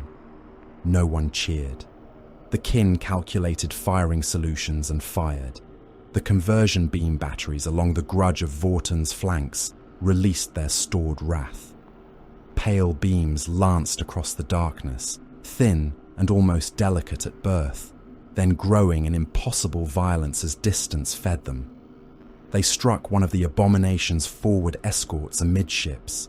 For a heartbeat, nothing happened. Then the beam's accumulated energy flowered through corrupted armor and old void plate, turning decks, guns, slaves and engine conduits into a single expanding wound of white light. The escort broke in half. Its stern continued forward, burning. Its prow tumbled into the atmosphere, trailing bodies and molten metal. "Impact confirmed," said the gunnery officer. "Secondary target," Hemmick replied. The fleet obeyed. Smaller kin vessels slid into positions that looked suicidal until the enemy tried to answer them and found every approach threaded with overlapping fields of fire. Conversion beams struck again, not in a single glorious broadside, but in measured sequence, each shot intended to force the Chaos Line to turn, expose, correct, and suffer. The abomination answered with rage. Its lance batteries spat spears of boiling light. One struck the kin escort stone account along its dorsal ridge. Void shields flared, collapsed, and died. The second strike carved through the exposed armor, opening compartments to vacuum in a glittering spray of bodies and debris. The stone account slewed but did not break formation. "Stone account reports shield failure," said Brock. "Reactor stable, weapons partial, casualties severe. Can it fire?" "Yes." "Then it remains an account." The abomination vomited boarding pods. They launched from its flanks in dozens, then scores, then more, each one a blunt iron tooth hurled across the void. World Eaters did not care for the refinements of void doctrine. They did not seek elegant range bands or patient attrition. They wanted hull contact. They wanted breach. They wanted corridors narrow enough for chain axes to fill them from wall to wall. Their pods burned through intercept fire on suicidal vectors, tumbling, correcting, accelerating, trusting momentum, rage, and corn. Point defense guns opened across the kin formation. Autocannon streams stitched the dark. Laser clusters cut apart incoming craft. Flak bursts rippled like dirty stars. Many pods died before they reached their targets. Many more did not. One punched through the side of the escort Grim Ledger, striking with enough force to bury itself halfway through the outer armor before its teeth unfolded and began cutting inward. Inside the Grim Ledger, Hearthkin Void troops formed a kill line in Corridor Dawn, 3 compartments from the breach. They wore void-sealed armor marked with clan runes and ship service scars. Their ion weapons were braced. Their bolt revolvers were mag-locked at their hips. The corridor light strobed red. Atmosphere hissed from hairline ruptures in the deck. Somewhere forward, the boarding pod's cutter charges blew the inner hatch apart. The first berserker through the smoke took 4 ion shots to the chest. His armor cratered, flesh cooked. He staggered and kept coming, chain axe held high, Vox grill howling praise to the blood god. The Hearthkin fired again. His helm exploded under concentrated fire, but his corpse carried forward with the force of its charge and crushed the front kin against the barricade. The second berserker vaulted the dead and landed among them. His chain axe cut left, then right. A Hearthkin's arm spun away, still gripping his ion blaster. Another took the teeth through the helm and skull, the weapon biting so deep that the berserker had to plant a boot on the corpse to wrench it free. Bolt rounds detonated against his shoulder and hip. He laughed, seized a kin by the collar, and smashed him against the wall hard enough to paint the lumen strip red. The first squad died, buying the second squad time to fall back. The second squad died behind a sealed pressure rib, firing through murder slits until a World Eater punched his chain axe through the aperture and dragged one of them face first into the spinning teeth. The third squad held at the compartment threshold. An Ironkin stood behind them at the environmental control node, its metal face unreadable beneath a cracked visor. "Compartment breach is available," it said. The squad Thane fired until his weapon overheated. Our dead are still in there. Confirmed. Our wounded? Unrecoverable. The Thane looked once at the pressure gauge, once at the red giants closing through the corridor, and once at the Ironkin. Open it. The Ironkin did. The outer shutters blew. The corridor became a throat open to the void.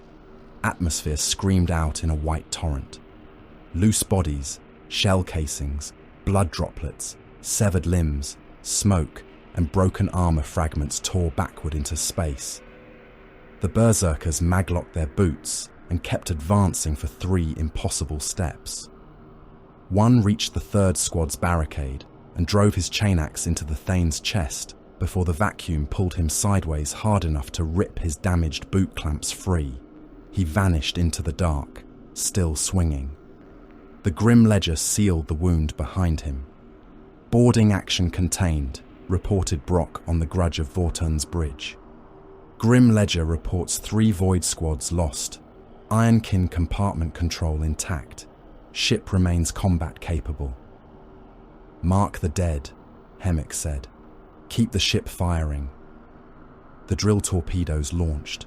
They left their tubes with heavy grace, each one a dense, blunt-nosed engine of murder built for armor that did not wish to be opened.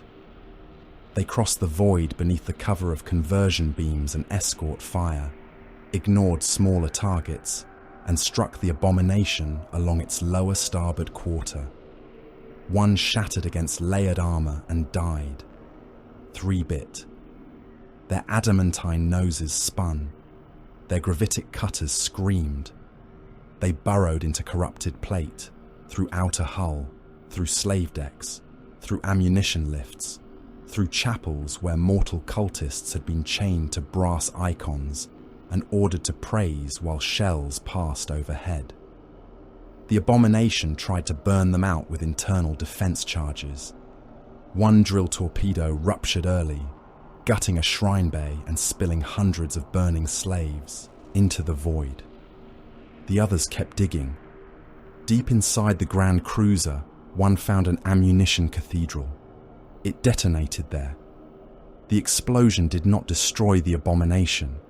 Ships that large did not die easily, but the wound was magnificent. A bulge of fire punched outward from within the Grand Cruiser's flank, carrying gun crews, deck plates, brass icons, ruptured shell magazines, and burning machine oil into space. Atmosphere streamed from the breach in grey-white rivers. Tiny figures tumbled in the outflow, some human, some transhuman, some still fighting each other as they spun into vacuum. "Strike confirmed," said the gunnery officer. His voice remained even, but something hard and satisfied moved beneath it. "Again," said Hemmick. The bridge lights dimmed as the batteries recharged. Chaos fire redoubled. A plague barge tried to cross the kin line and seed the fleet with toxin clouds meant for intake vents and damaged hulls. Hemmick assigned it no drama. A pair of escorts bracketed it with beams until its bloated midsection split open and disgorged a spill of diseased fluid that froze instantly in space. The purge vessel turned slowly, still firing as it died, until a kin lance cut through its engine stack and left it tumbling toward Turg. The stone account took another hit. This time the escort did not hold. Its reactor containment went unstable. Its aft decks burned open.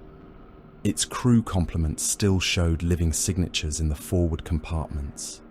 More than enough to matter, not enough to justify rescue. The stone account drifted across the abomination's auger cone, crippled but positioned by chance or stubbornness in a place of sudden value. Hemmick saw the calculation before her officers spoke it. "Stone account requests withdrawal clearance," Brock said. Hemmick watched the damaged escort on the hololith. Denied. The bridge accepted the word before the meaning fully reached it. "Voidmaster," said the gunnery officer. "Stone account will overload reactor containment on my mark. Its wake will blind the abomination's augurs for the next firing interval. Brock paused for less than a breath. Kin remain aboard. I know. The communication channel opened. The captain of the stone account appeared as a fractured image in the hololith. Blood ran from his scalp. Smoke filled his bridge. Behind him, Kin crew and Ironkin officers worked through firelight and decompression alarms.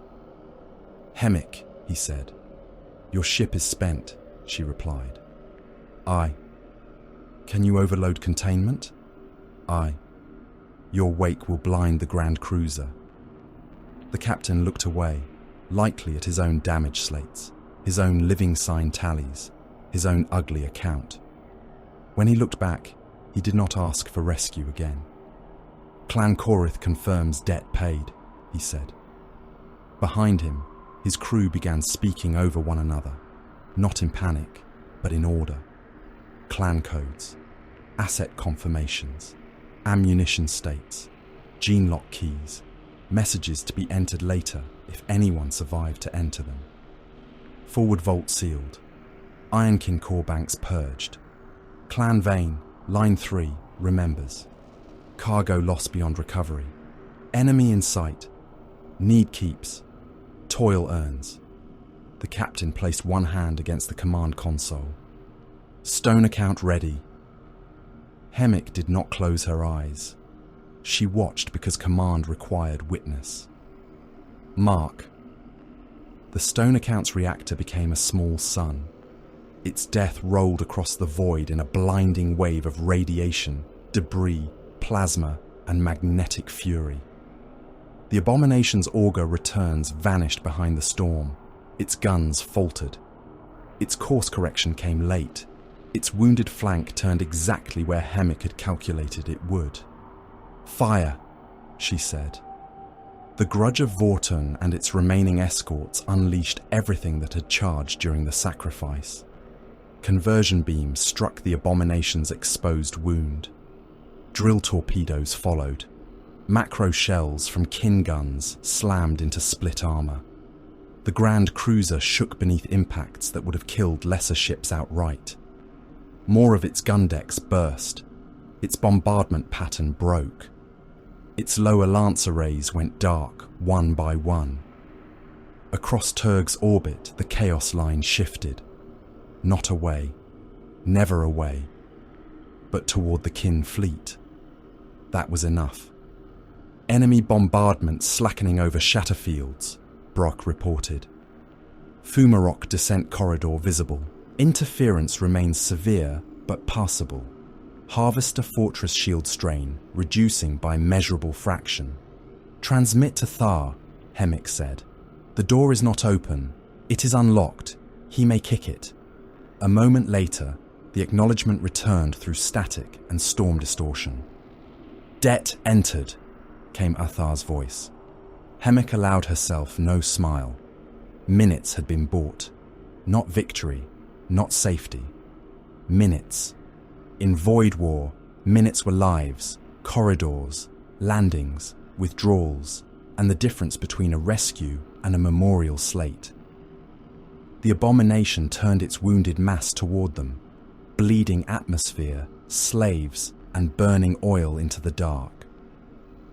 Its vox channels opened, not with coherent command, but with world-eater hatred, 1,000 throats roaring murder into the void.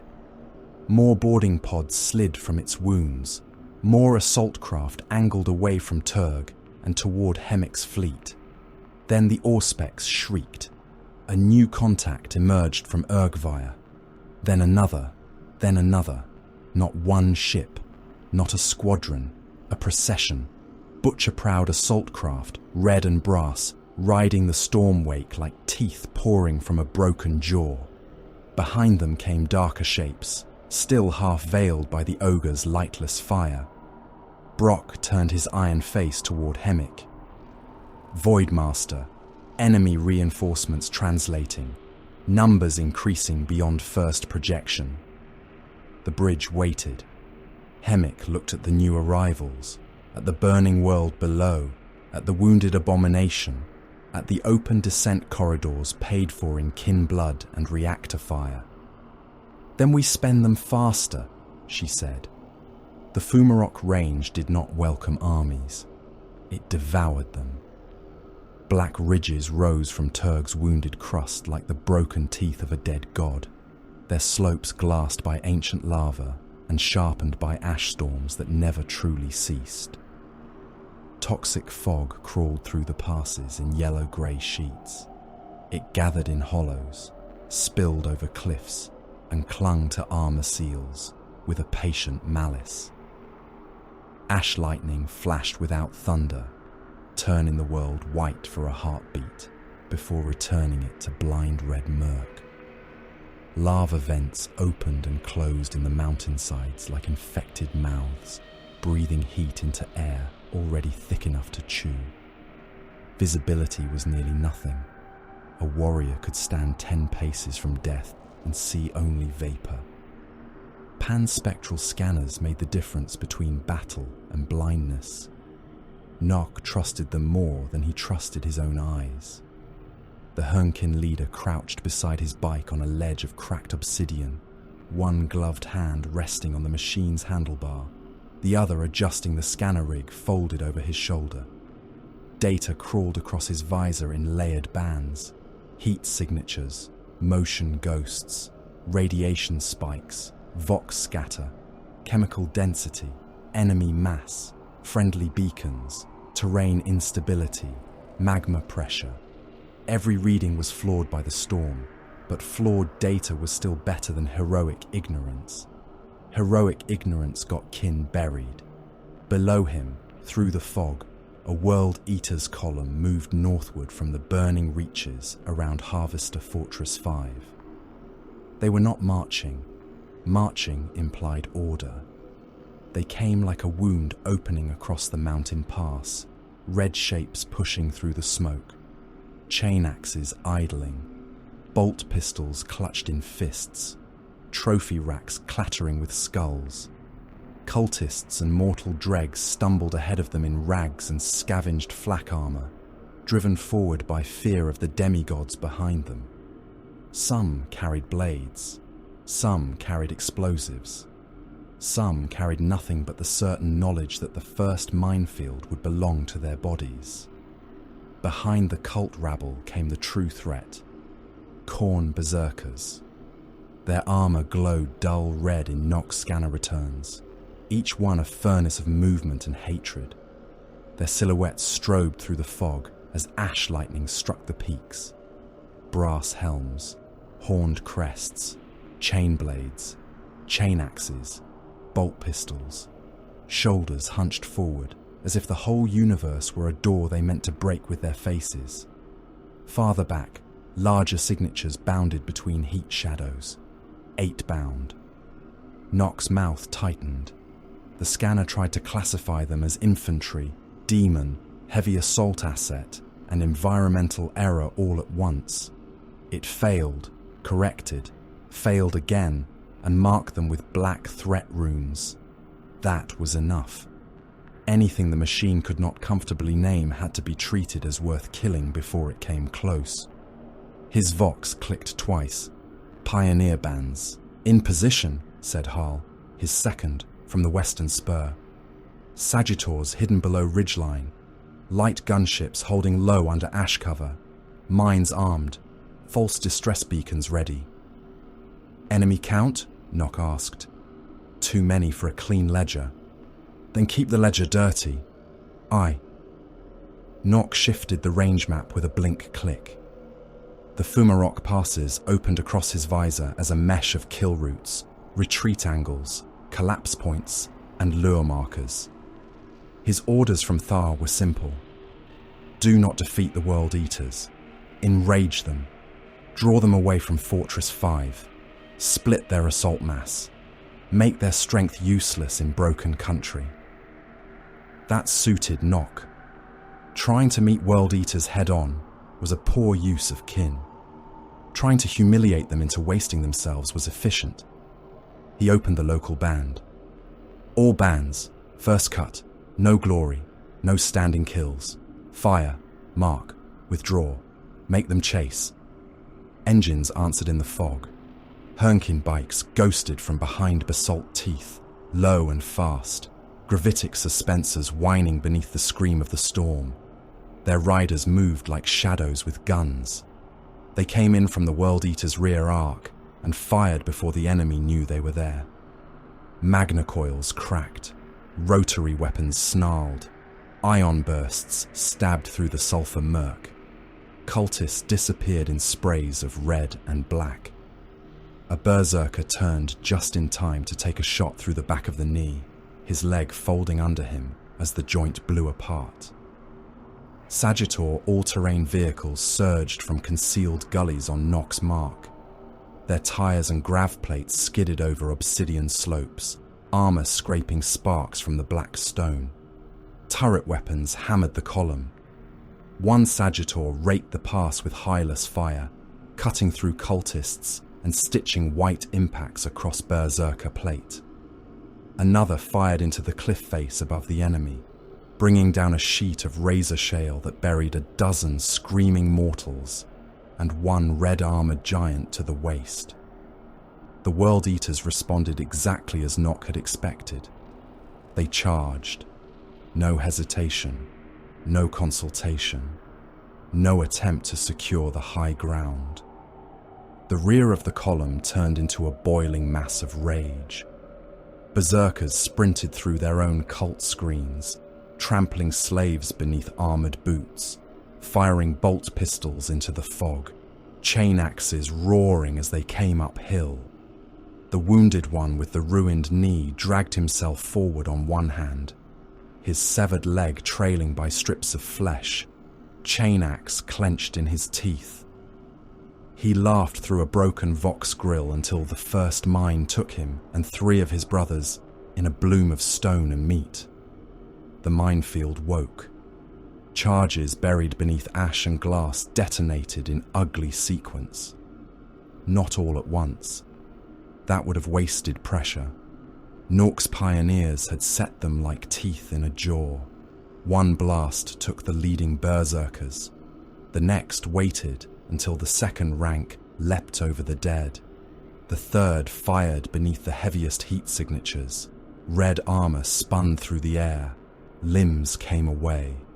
A brass helm struck the rock beside Nock's ledge, rolled twice, and lay still with half a skull cooked inside it. Several berserkers survived losing their legs. They kept coming on hands, elbows, and hatred. Then the ones behind them trampled over their bodies. The pass became a churn of broken ceramite, crushed skulls, torn muscle, and volcanic ash. World Eaters fell into the kill zone and made it shallower with their dead. That was their horror. Enough of them could die in one place that death itself became a bridge. Second cut, Nock said. The bikes fired again and vanished. A berserker champion looked up through the fog and saw the glimmer of Nock's visor. His helm was split down one side, exposing a cheek of scarred flesh and brass implants. The butcher's nails twitched at the back of his skull like metal worms. "Stand and die, little stone men," he roared. Nock tapped his scanner once, adjusted the next route marker, and replied on open Vox. "Denied. You may continue wasting effort." The champion came for him. So did half the pass. Nock mounted his bike as the cliff below him began to shake from impacts. He dropped 3 marker mines from his saddle rig, gunned the gravitic drive, and plunged down the back of the ridge into a fog-choked ravine. Bolt rounds chased him, detonating against the stone in brief flowers of flame. One struck his rear armor and blew a chunk from the bike's plating. Stability warnings flashed across his visor. He ignored them. The ravine opened into a field of smoking vents. Hernkin riders crossed it ahead of him in staggered formation, firing backward as they went. Sagittors climbed the slopes on either side, using the terrain with the hard confidence of machines built for ugly ground. Above, kin light gunships swept low beneath ash cloud cover. dropping flares and grav mines into routes the berserkers had not yet reached. The World Eaters followed into the vents. Heat washed over them. Toxic gas spilled around their knees. Mines lifted from the ground and detonated at chest height. The berserkers kept coming. One leapt through a vent blast with his armor on fire, landed on the back of a Hernkin bike, and buried his chain axe into the rider from shoulder to hip. The kin came apart in a wet diagonal split, void armor opening under the chewing teeth. Blood sprayed across the bike's control column and froze in the upper air where the pressure dropped. The dead rider's hands remained locked to the grips. The bike continued forward, wobbling but still accelerating, carrying corpse and killer another 40 meters before the reactor cell ruptured. The explosion punched orange light through the fog. Nock saw the blast wave lift two berserkers from their feet and hurl them into the cliff wall. He saw the dead rider's signal vanish from the band. He saw the ridge above the detonation fracture along a fault line his scanners had marked as weak, but not guaranteed. Rider Korm. Dead, Nock said. Bike lost, reactor useful. He blinked the collapse rune. Charge the ridge. Harl did not ask which ridge. The squad had seen the same fracture. 3 Sagittors turned their guns upward. Magnacoil fire and heavy rounds struck the weakened stone in tight pattern. A light gunship added a missile from above, its trail a white scar through the murk. The ridge gave way. A wall of black stone and burning ash slid down into the ravine, slow at first, then with the roar of a world tearing out its own teeth. It struck the pursuing World Eaters from the flank. The first ranks vanished beneath it. Berserkers were crushed mid-roar, their helms flattening, their armor bursting open under thousands of tons of falling rock. One 8-bound tried to leap clear and was caught from the waist down, its upper body clawing forward, 4 voices howling from one throat before a Sagittor cannon put 3 bursts through its skull. Enemy delayed, Harl voxed. Not enough, Nock said. It never was. The Fumarok lure worked too well. More World Eaters broke from the main assault routes, drawn by rage, insult, gunfire, and the irresistible scent of enemies who refused to stand still. They came in packs through gullies and over ridges. Some chased false engine signatures. Some followed blood trails. Some ignored terrain entirely and hurled themselves across lava cracks that should have killed them. The 8-bound were worst. One bounded over a fissure wide enough to swallow a hab block, claws sinking into the far edge as its legs swung over molten orange light. It hauled itself up and smashed into a Sagittor before the vehicle could reverse. The demon-swollen warrior gripped the front armor with both hands and tore. Metal screamed. The vehicle's turret fired point blank into the thing's chest, punching molten craters through fused flesh and ceramite. The 8-bound only opened the vehicle wider, peeling its hull like a ration tin. The driver came out in 2 pieces. The gunner fired a bolt revolver into the 8-bound's face until the monster bit through the weapon and the hand holding it. Then another Sagittor rammed the creature from the side, carrying it into a lava vent where both vanished in a geyser of white fire and black smoke. Nock marked the losses. Sagittor Ket, destroyed. Crew, dead. Enemy heavy asset. Probable kill. Debt entered. He did not allow the words to become grief. Not yet. Grief slowed hands. Accounting kept them useful. False distress beacons, he voxed. Prepare. A pause answered him. Harl knew what the order meant. Every kin in the lure force knew. Scattered through the next pass were damaged suits, cracked exoframes, and living kin volunteers too wounded to ride out, but still capable of one last labour. Their armour had been sealed, their life signs amplified, Their vox channels looped through distress phrases that would carry just far enough. They had seismic charges locked beneath them, keyed to manual triggers and dead switches. It was not a trick any of them had been ordered into without knowing the cost. Kin did not waste the living, but neither did they pretend the dying had no value left to give. Nock opened a private band. Decoy line, confirm readiness. Voices answered through static.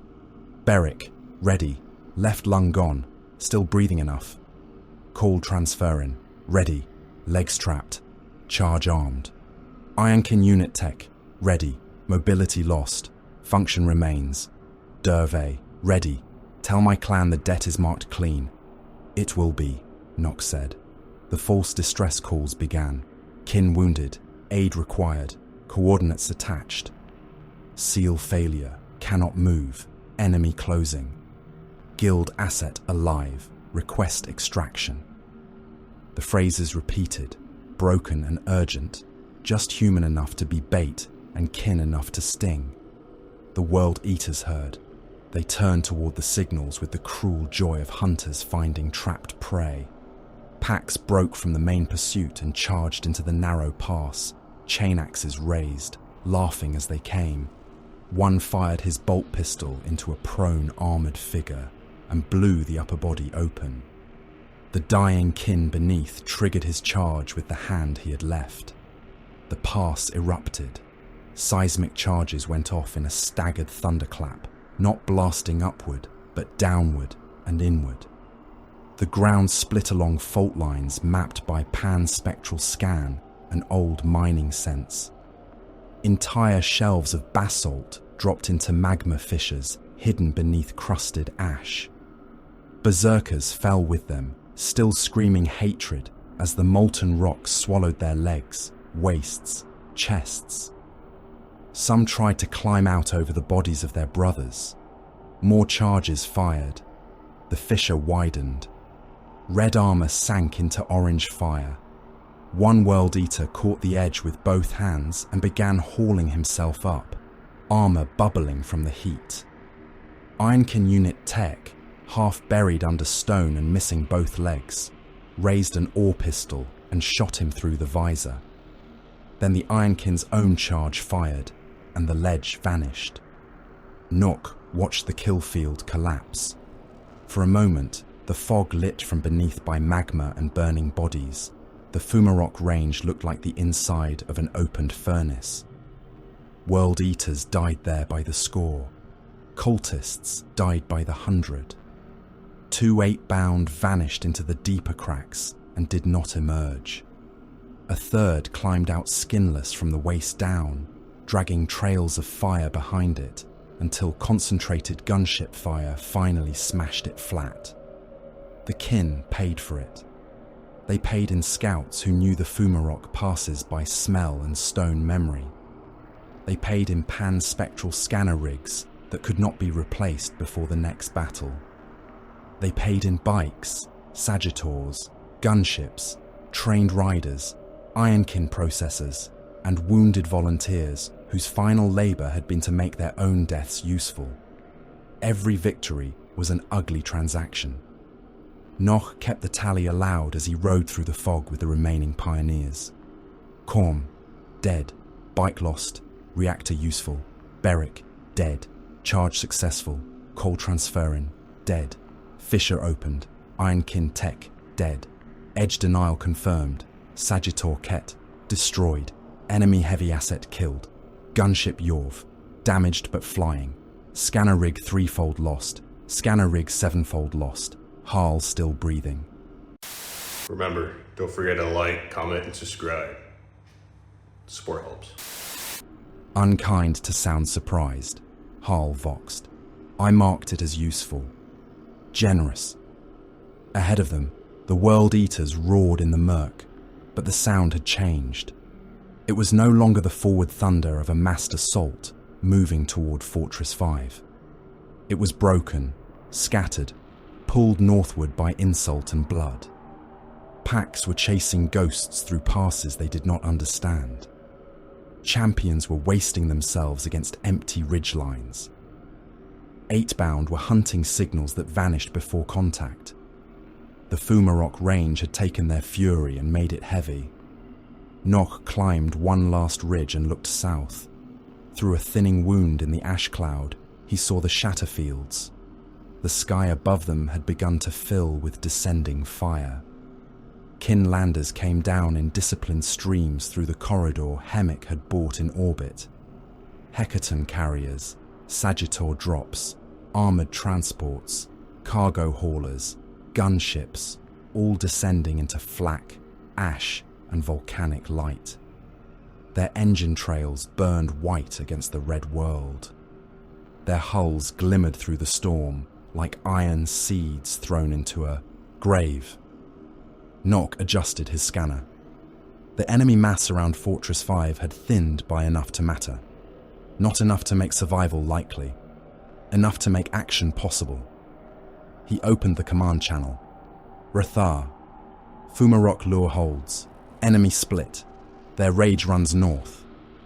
Through static came the Carl's voice, calm as stone under pressure. Det entered. Withdraw if able.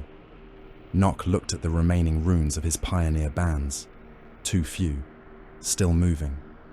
Able is a generous word, he said. We will spend it carefully. Below, another berserker pack came howling through the fog toward his ridge. Nock armed the last mine on his bike and turned back into the murk. Behind him, over the Shatterfields, the Kinhost began to fall from the sky. The Shatterfields had earned their name before war came from the stars. They were broken basalt continents spread across the volcanic face of Turg, vast plates of black stone cracked by magma rivers and old extraction scars.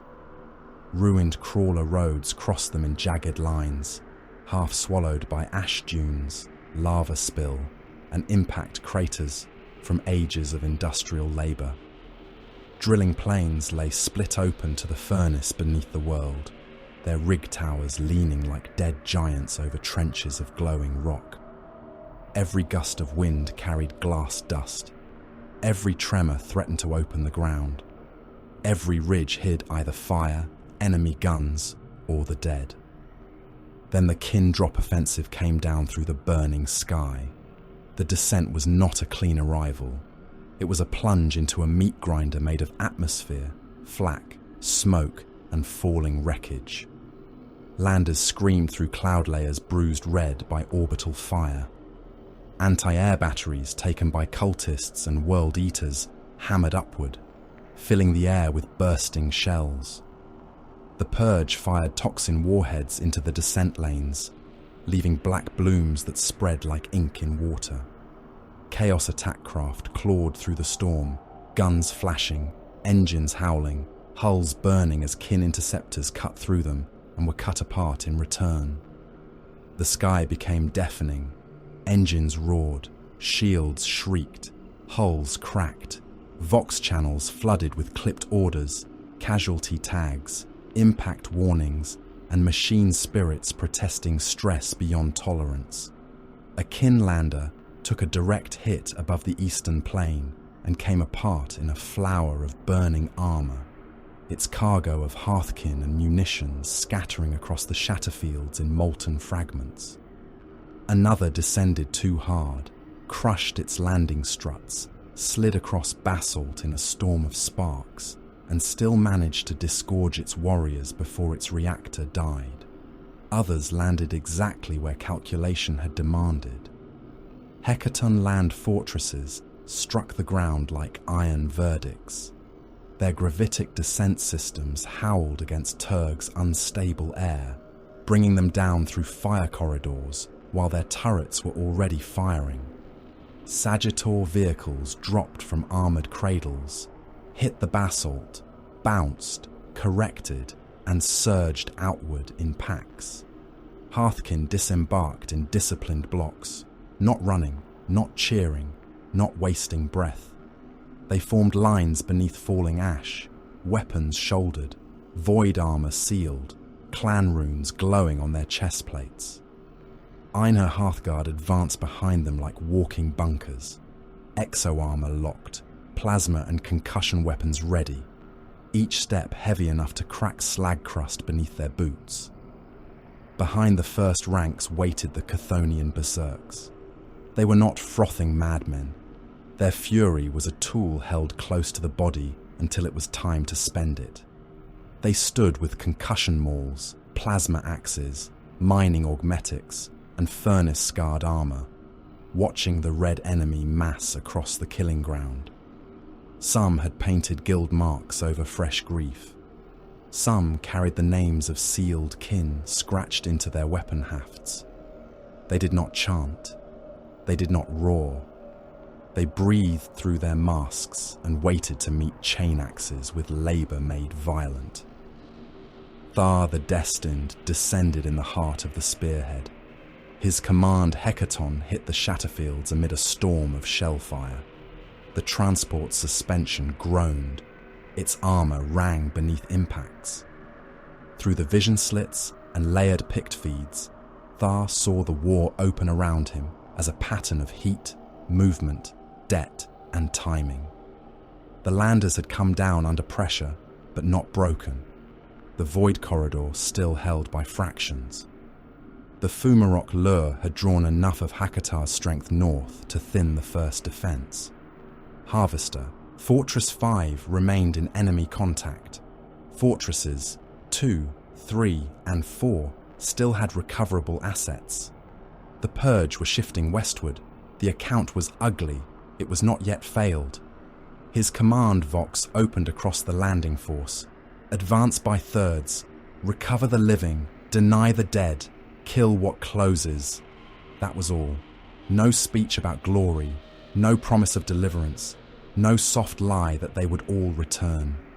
The kin heard the order, understood its weight, and obeyed because it was sufficient. The First World Eater's countercharge came before the kin had fully expanded the landing zone. Hakatar did not wait for consolidation. He did not permit the kin to build a clean front or settle into firing positions unchallenged. His orders were simple in the way a falling blade was simple.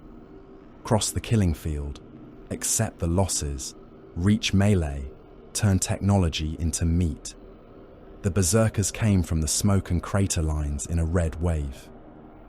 They sprinted over broken basalt, through burning wreckage, across mine-scored flats and half-cooled lava channels. Cultists ran ahead of them, screaming praise and terror, waving chain blades, stubbers, icons, bones, and burning banners. They died first. Highless rotary cannons opened from the Hearthkin line and turned the cult masses into red mist and shredded rags. Ion blasters followed, their beams stabbing through the ash with cold precision.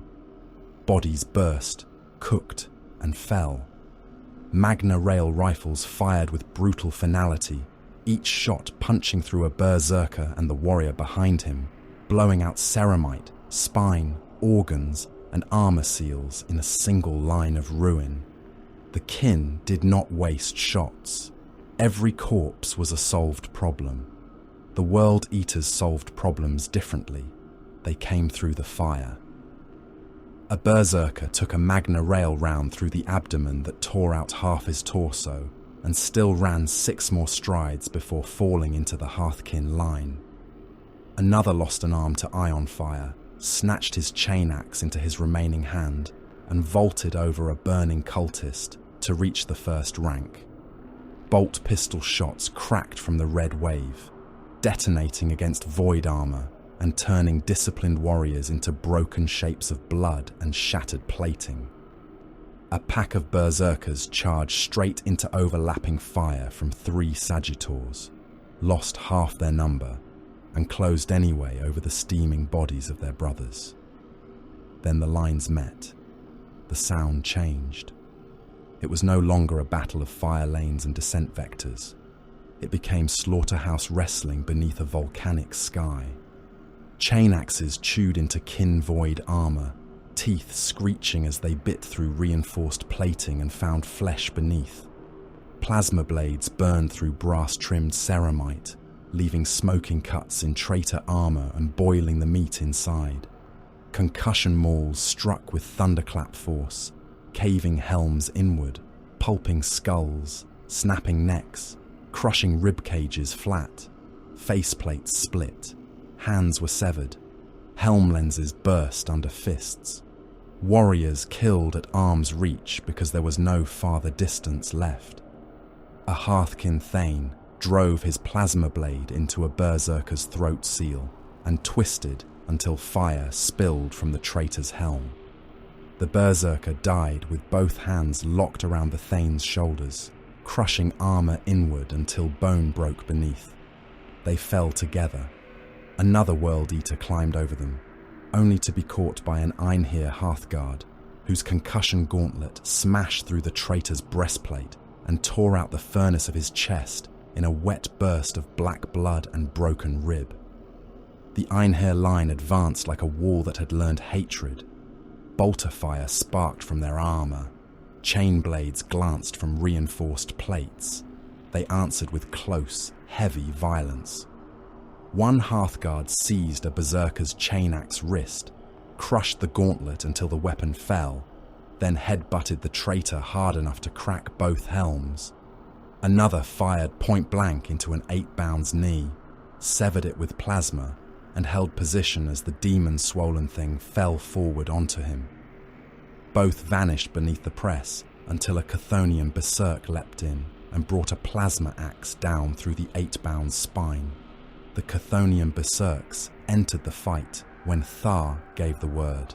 They hit like miners breaking a mountain that had offended them. Their concussion mauls did not dance. They smashed, they broke, they reduced. A berserk took a chain axe across his chest, armor opening in a spray of blood, and answered by driving his mining augmetic into the berserker's abdomen and lifting until the traitor's spine cracked backward. Another met a World Eater champion weapon to weapon, plasma axe screaming against chainblade teeth, then abandoned the contest entirely and slammed his helmet into the champion's damaged grille until the red giant staggered. The axe followed, splitting collar, throat, and chest. Still, the World Eaters pressed. They were powerful in the way a wildfire was powerful. Loss did not weaken them quickly enough. Death did not instruct them. Pain did not deter them. Wounds enraged them. Every dead berserker became ground for another to cross. Every shattered pack opened space for a fresh one to charge. Every corpse heap made the killing field shorter. On the western edge of the Shatterfields, Karl Svek Thurkan's Oathband engaged the Purge. The battle there was colder and no less vile. The Purge advanced behind chemical fog, their plague-armoured forms visible as slow shapes in the black-green haze. They fired radshells into kin barricades and drenched craters with corrosive toxins. Hearthkin armour blistered where the mists clung too long. Filters screamed. Ironkin dragged wounded out by their harnesses, while broker field engineers tried to keep breathing systems alive under contamination that seemed to learn. Svek Thurkan held them head-on. His Oathband formed sealed firing blocks around shielded Hecaton hulls, using the vehicles as hardpoints while ion beams and bolt fire cut through the advancing plague marines. The Purge did not roar when struck. They absorbed, endured, and returned fire. One collapsed with half his torso burned away, only for the armor to split and release a cloud of biting flies and chem vapor that killed 2 Hearthkin before the filters compensated. Another was pinned by Magna Rail fire and kept firing from the ground until a Chthonian berserk crushed his helm into the mud with a maul. Svek's task was not to win cleanly. It was to keep the Purge from reinforcing Hakatar's countercharge. He did so by spending kin at a rate that would have made softer armies break. In the centre, Thar's command Hecaton advanced by steady increments, its guns firing in layered rhythm. The land fortress crushed wreckage beneath its treads. Its Magna Rail cannon spoke, and a World Eater's transport vanished through its own engine block. Bolt cannons hammered Berserker packs into ragged pieces. A Sagittor screen moved ahead and to the flanks, pouring fire into any red armor that angled toward Athar's command position. A Berserker burst from beneath a shattered crawler road directly in front of the Hecaton. He had been buried by an earlier bombardment and had dug himself out through basalt and corpses. His armor was split. One horn of his helm was gone. His left arm hung by cables and tendon.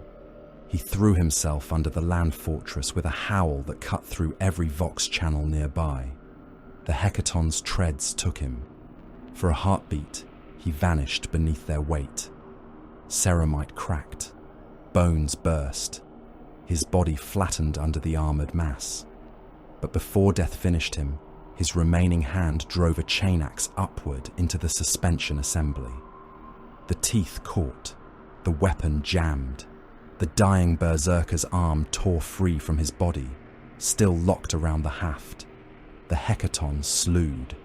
Warning runes flared across Thar's command feed. The great vehicle lurched sideways, its damaged suspension biting wrong against the basalt.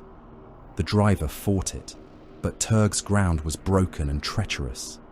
The Hecaton slid toward a lava ditch opened by shellfire. Its right side dipped.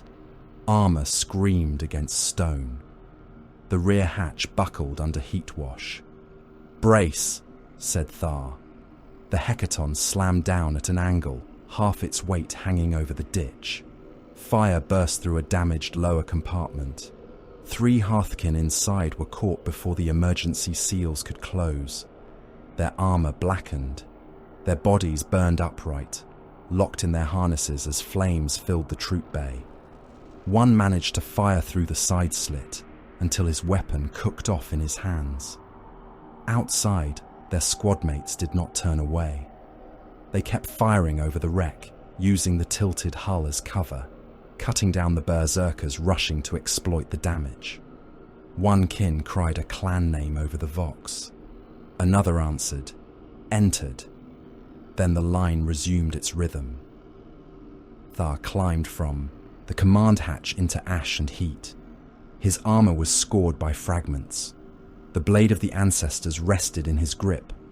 Around him, his Hearthkin tightened their formation, not out of fear for his person, but because a command asset in the open had to be protected until its value changed. He looked across the Shatterfields. The landing zone held, but only just. Kin lines were established in thirds, advancing, pausing, killing, recovering, denying. Wounded were dragged into transports, if recovery was possible. The dead were stripped of critical data tags, weapons, and memory cores where time allowed. Where it did not, charges were placed beneath them. Nothing useful would be left for Chaos hands. Not armor, not bloodline records, not the bodies of those whose flesh might be profaned into trophies. The World Eaters came on. Through smoke, ash, and heat shimmer, Thar saw a ridge of skulls. It had not been there before. The enemy had made it from the fallen of the outer defense lines, kin, cultist, slave, and berserker alike, piled into a crude mound beneath a torn brass icon. Standing atop it was a red-armored giant with a chain axe in one hand and a dead warrior's spine coiled from his fist like a banner cord. Hakatar. Even at distance, Athar felt the weight of the Chaos Lord's attention settle upon him. Not sorcery, not prophecy, recognition, predator to obstacle, butcher to blade. Hakatar lifted his chain axe and pointed it directly at Wuthar. The Vox filled with his laughter, wet and huge and hungry. Thar did not answer. He raised the blade of the ancestors, angled it once toward the burning fortress beyond the ridge, and stepped forward into the killing smoke. The rescue columns reached the Harvester fortresses beneath falling ash. They came out of the shatterfields in black lines of armor and engine smoke, pushing through the ruined crawler roads while the sky spat fire and poison above them. Hecaton land fortresses led the advance, their hulls scorched by descent heat and enemy fire, their turrets turning with the slow certainty of executioners. Behind them came armoured ore carriages dragged on heavy gravitic tow rigs, each one plated in haste, sealed in oath script, and marked for cargo that had been given value before the battle began. Sagittars ranged ahead and to the flanks, guns searching the murk. Hearthkin advanced beside them in disciplined blocks, void armour slick with ash and chemical rain. Einar Hearthguard formed the hard points of the moving corridor, their exo-armour making each step a declaration of refusal. The fortresses rose before them through the dirty weather. Harvester Fortress 2 was half hidden inside a bank of toxin fog, its upper ventilation stacks bleeding black fumes into the storm. Harvester Fortress. 3 still walked, barely one crawler foundation dragging through molten rock as its lower drills remained locked in the crust. Harvester Fortress 4 had lost its western bastions and burned from within, its cargo spines still upright, still useful, still worth the dead required to reach them. Grimnir Kone stood in the lead Hecaton's command bay and watched the 3 machine cities through a layered picked feed. Age had not bent her, it had condensed her. She wore it like armour beneath armour, a density of memory, grief, judgment, and old calculation. The staff beside her was graven with ancestor runes and machine signs that seemed to shift when no eye held them directly. Her void mantle was sealed at the throat.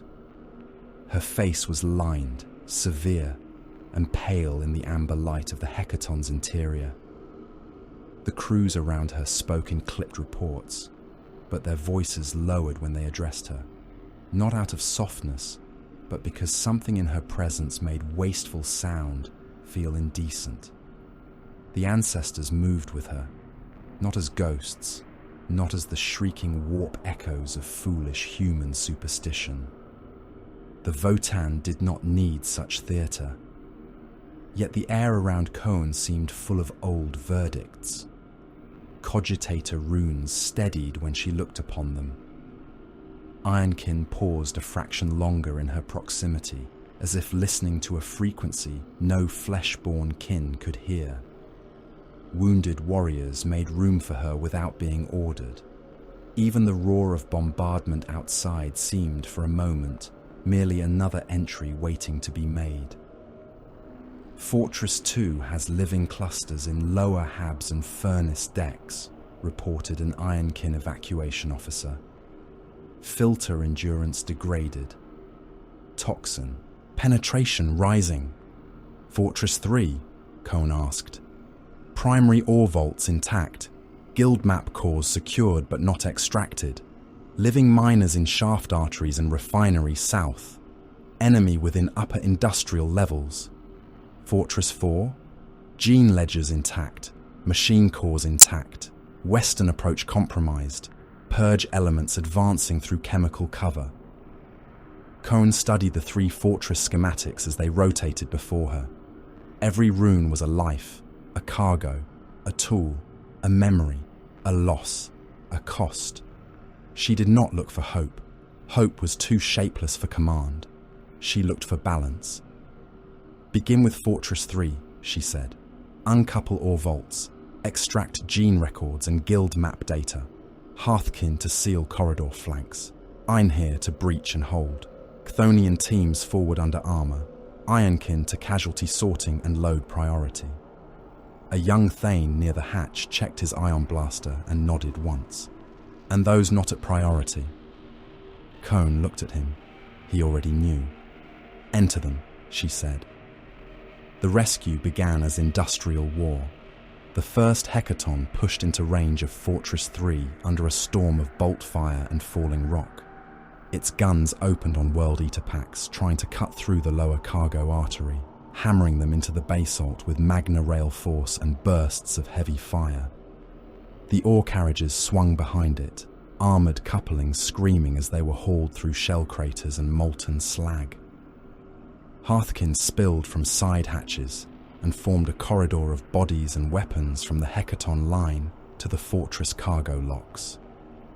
The locks were not opened all at once. That would have been suicide.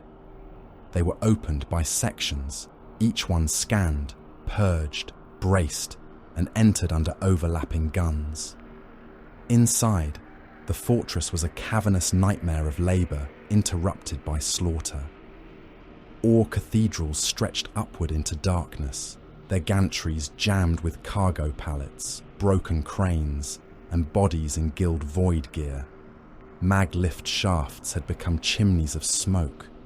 Furnace bells sounded without rhythm.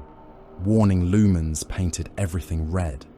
The deck was slick with blood, coolant, oil, and chemical runoff that smoked where it touched exposed metal. Somewhere above, World Eaters were still cutting through bulkheads, their chain axes a distant snarl like a pack of iron beasts trapped in the walls. Chthonian miners came out of the lower arteries in work armour and exo-rigs, some walking, some limping, some dragged by ironkin whose metal hands left dents in their harnesses. They carried ore slates, sealed data cylinders, broken weapons, and the bodies of those too important to leave unrecorded. Their faces were grey with exhaustion and furnace grime. Their eyes found the rescue columns and did not soften. Relief among kin often looked like another task being accepted. "Guild map cores," demanded the evacuation officer. A miner with blood frozen along his beard thrust a sealed cylinder into his hands.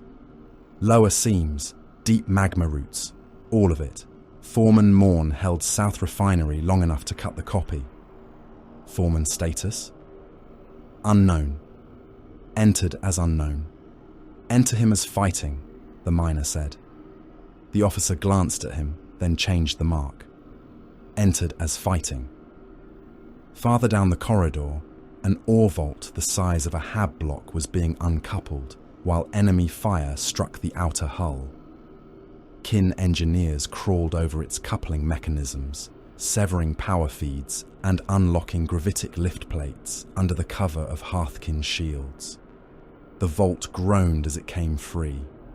Inside it were refined mineral stocks, rare isotopes, deep core samples, and machine-processed yield that had cost years of labour to gather. The kin did not pretend it mattered less because flesh was dying nearby. It mattered because flesh had died to gather it. A wounded miner stumbled into the corridor and seized the evacuation officer by the arm. "My crew," he rasped. "Lower shaft, Varn. They are alive. Door sealed from the far side. I heard them on the pipe. You have to cut down." The officer shook him off without anger. "Lower shaft Varn is lost. Heat rise exceeds survival tolerance. Enemy routes intersect above it. No extraction. They have children in the hold. So do the warriors holding this corridor." The miner's face twisted. He tried to push past and was stopped by two Hearthkin. Cone stepped from the Hecaton's forward hatch into the cargo lock, staff in hand, mantle gathering ash and sparks around her boots. The corridor seemed to tighten as she entered. Even the wounded miner's rage faltered beneath her gaze. "Name," she said. "Brug Ket," the miner answered, breathing hard. "Chthonian Mining Guild. Shaft Varn Crew Chief. Your trapped crew's function. Deep seam survey. Magma route mapping. They have the lower western maps in their helm rigs. The copies did not finish uploading before the breach." The evacuation officer looked sharply toward Cone. Cone's expression did not change. "Strategic data. Enough to route crawlers through the lower western mantle," Brugh said. Enough to know where the ground will split when this place dies. Cone turned to the officer. Recalculate.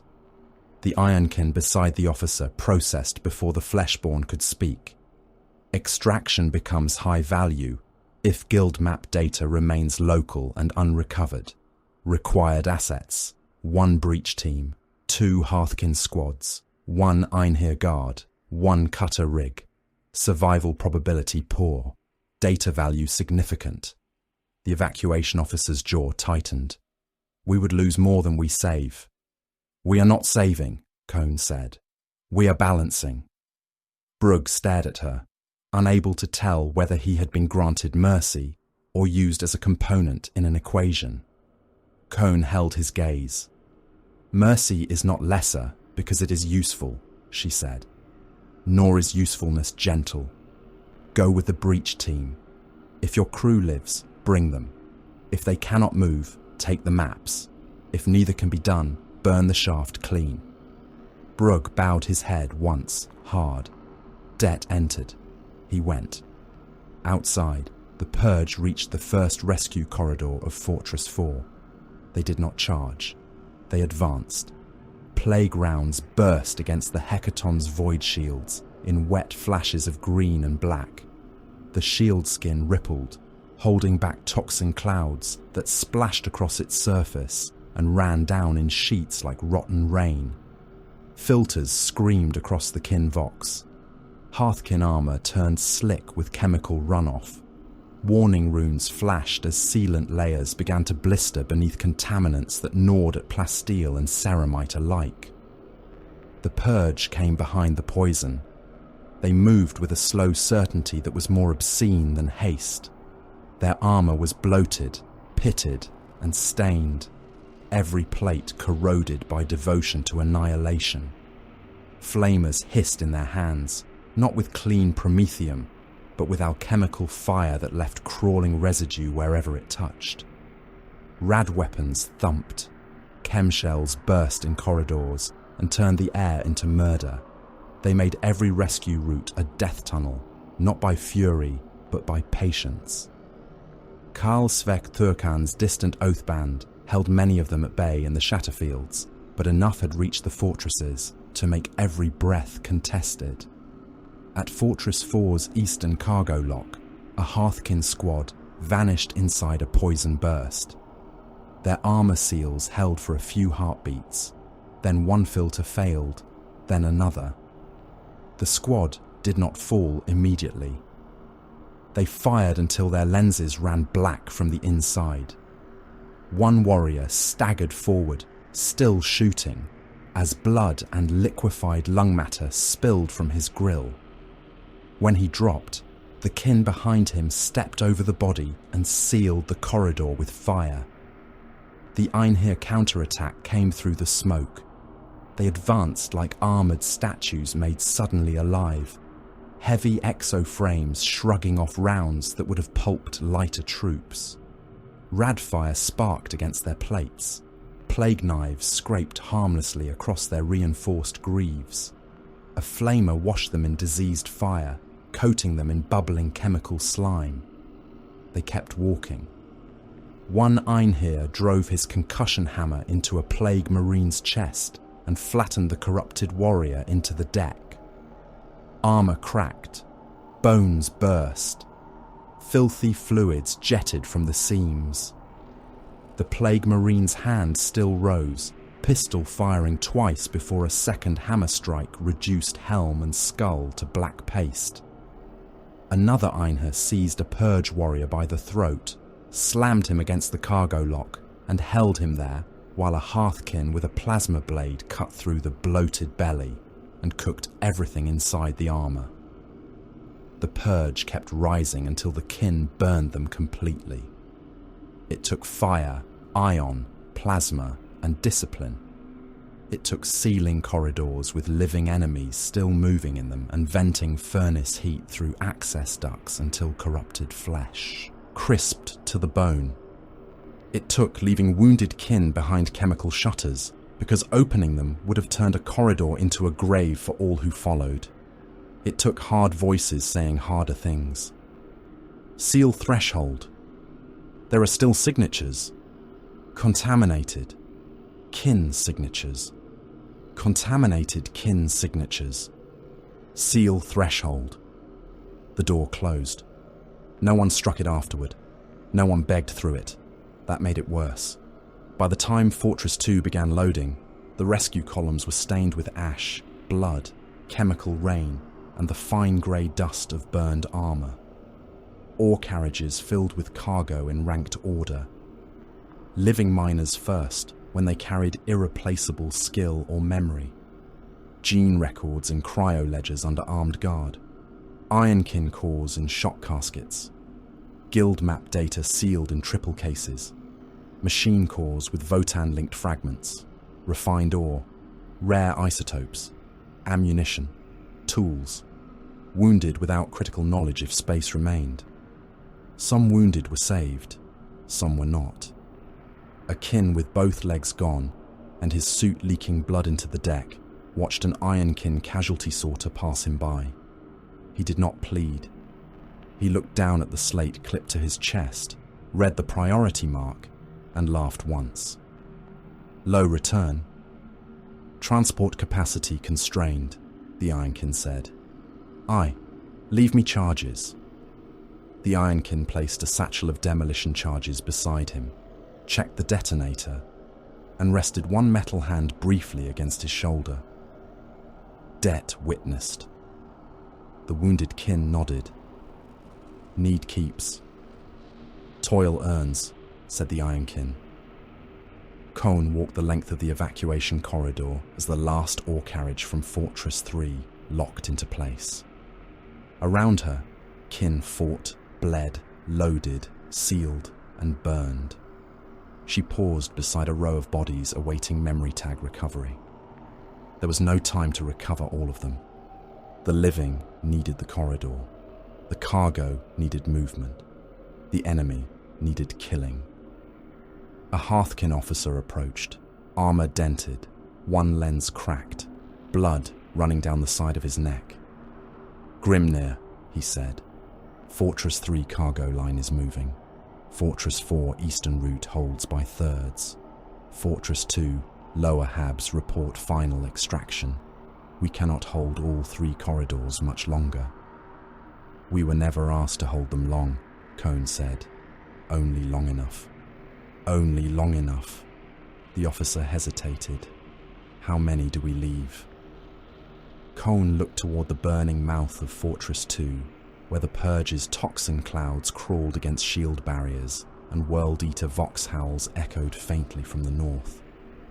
As many as the account demands. His face tightened. She saw the pain. She did not dismiss it. She had lived too long among kin to mistake hardness for absence of grief. The ancestors do not require us to live, Cone said. They require the account to balance. The officer bowed his head. Before he could answer, the Vox channels shivered. At first it seemed another burst of storm interference from Örgvayr. Static crawled through the command band. Auspex returns blurred. Runes flickered around the evacuation perimeter. Then came a sound beneath the static, a deep mechanical thrum, rhythmic and growing, like iron hearts beating inside the walls. The Ironkin at the nearest scanner bank turned its head toward Cone. Teleport signatures forming. Cone's fingers tightened around her staff. Source? The answer came through 3 channels at once, fractured, but clear enough to chill every kin who heard it. World-Eater's Terminator Mass. Designation Crossmatch. Earthak's Skull Ripper. Across the perimeter, alarms howled. Not warning bells, not toxin alerts, teleport alarms. The air split with brass light. Inside the evacuation corridor, between ore carriages, wounded miners, Hearthkin squads, Ironkin loaders, and the last open route to the waiting hecatons, massive shapes materialized from blood-colored lightning. Terminator plate, brass trim, chain fists already moving. The teleport strike arrived as thunder inside stone. It did not come with the clean displacement shimmer of kin gravitic translation or the cold precision of void ship embarkation. It came as a wound. Brass lightning tore through the evacuation corridor in jagged claws, splitting the air with the stink of hot copper, burned blood, and warp ozone. The floor bucked. Ore carriages slammed against their toe clamps. Wounded miners cried out as their stretchers overturned. Ironkin loaders staggered beneath the sudden pressure bloom. Hearthkin squads snapped weapons toward the intrusion points even before the first red shapes had fully formed. Then the World Eater's Terminators were among them. They materialized inside the heart of the extraction route, not at the outer barricades, not against the strongest firing line, not where the kin had expected brute rage to spend itself. They appeared between the final ore carriages and the open artery leading to the waiting hecatons. They appeared beside the wounded, beside the gene ledger caskets, beside the Ironkin carrying memory cores, beside Grimnir Cone and the bodyguard formation that had become the spiritual spine of the entire rescue. It was not madness. It was a hunter's cut. Urthak's Skull Ripper had not struck the largest mass of warriors. He had struck the place where the evacuation remembered why it existed. His cataphractii plate resolved from blood-coloured lightning with a grinding shriek of displaced matter. Brass trims flared. Chain trophies rattled against his shoulders. The skulls fixed to his rack clacked together as if applauding his arrival. His chain fist was already moving before the teleport flare had died, its teeth chewing through the air in a blur of iron hunger. His combi bolter barked from his other arm, the first burst detonating inside a cluster of hearthkin before they could complete their turn. The corridor became heat, blood, and screaming metal. A hecaton ore carriage took the full bite of a Terminator chain fist. The weapon carved through the armoured side plating, through reinforced cargo racks, through sealed crates of refined ore and guild core components. Sparks and molten fragments spat outward. The Terminator wrenched the fist free and struck again, opening the carriage like a butcher splitting a rib cage. Another Terminator fired into a knot of wounded miners. Combi bolter shells punched through armour and flesh before bursting, turning sealed suits into red sacks of broken bone, torn organs, and leaking atmosphere. Hearthkin returned fire in disciplined volleys. Ion beams struck Terminator plate and left glowing wounds in corrupted ceramite. Magna rail rounds punched through shoulder guards and breastplates, killing the warriors behind them when their aim held true. Bolt revolvers cracked at close range. Plasma blades came alive in the hands of officers who knew the range had collapsed beyond comfort. The kin did not scatter. They formed shorter lines inside the chaos, each squad turning its own small patch of corridor into a ledger of resistance. The Terminators walked through it. One red giant took mining laser fire from a crew still harnessed to a cutter rig. The beam struck his chest and held there, boring into his plate, turning brass trim white, making the armor glow like metal in a forge. He kept moving, step by step. The gun crew increased output until the cutter rig whined beyond safety tolerance. The beam sank deeper. The Terminator's chest plate sagged inward. Black blood hissed from the wound. He reached them anyway. His power fist came down on the first gunner, reducing helm, skull, spine, and chest into a flattened burst across the deck. He seized the second by both arms and pulled.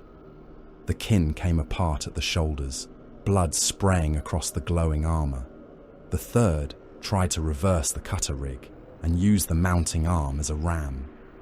The Terminator caught the machine with one hand, crushed the control yoke, and drove the broken barrel through the operator's faceplate. Only then did he fall, dead on his feet, until his armor finally understood the fact and crashed forward into the gore. Örgvayr saw none of it as distraction. He saw roots. He saw Cone. The living ancestor stood beyond 2 ranks of Einhir Hearthguard and a half circle of Hearthkin, staff grounded in the deck, eyes bright with something older than fear. Around her, warding veins unfolded from the haft of her staff, clicking into place like the limbs of a precise machine. Ancestor runes flared in a cold ring across the floor. Ironkin beside her stiffened as their systems aligned to her command pulse. The air thickened. The next teleport aftershock struck the ward and split sideways, burning through the walls rather than through the kin clustered behind her. Örgvayr smiled, not because he thought her weak, because she mattered. "Forward," he growled. His terminators obeyed. The kin answered with their own fury. Chthonian berserks turned back from the outer corridor when the teleport alarms howled.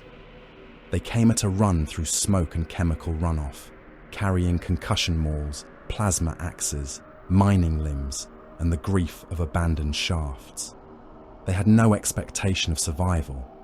That absence did not make them wild. It made them clear. Their rage was not the ecstatic hunger of the World Eaters. It was grudge-bound, work-hardened, purposeful. Every blow had a name behind it. Every charge had a debt in its teeth. The first Chthonian hit a Terminator from the flank with a concussion maul. The impact cracked the corridor floor and drove the red giant sideways into an ore carriage. Before the Terminator could recover, a second berserk buried a plasma axe into the knee joint and burned through the actuator. The World Eater fell to one knee. His chain fist took the axe wielder in half, opening him from groin to throat in a burst of steam and blood. The first berserk climbed onto the Terminator's chest and hammered the helm again and again until the skull beneath became paste. Another berserk leapt beneath combi bolter fire, took 2 shells to the torso and detonated wetly from the inside. His cybernetic mining arm kept its last command, snapping forward as he died and locking around a Terminator's ankle. The charge strapped to his back fired a breath later, severing both of the World Eater's feet and dropping him into the path of a hecaton tow rig. The vehicle crushed him flat enough that red armor and black blood spread across the deck like spilled slag. Still the Terminators pushed. Their brutality was not speed alone. It was inevitability. Chain fists reduced cover to fragments. Power fists turned Hearthkin into broken armor sacks, compacted inside their own plates. Combi bolter shells burst among the wounded, killing those too injured to crawl and those trying to drag them clear. A Terminator seized an Ironkin loader by the head and crushed the metal skull until the machine body collapsed with a dying burst of static. Another tore the tow coupling from an ore carriage and hurled it through a Hearthkin squad, scattering bodies and weapon parts across the corridor. Cone lifted her staff. The rune circle brightened. "Carriage line continues," she said over the command vox. Her voice cut through screams, shell bursts, and chain fist roar with old authority. "No halt, no return. Final loads move now." A Thane turned toward her. "Grimnir, the corridor is breached." "The corridor remains because we stand in it. We cannot extract you if the doors close." Cone's gaze did not leave Örgvayr. "Then do not fail to extract what I am buying." The Thane swallowed whatever answer he might have given and turned back to the line. The last ore carriages began to move. Hecaton engines growled beyond the blast doors. Tow chains snapped taut. Ironkin loaders forced damaged carriages into alignment, while Hearthkin fired past them at arm's length. Wounded miners crawled or were dragged. Those who could still hold weapons fired from stretchers, door frames, and beneath the wheels of cargo rigs.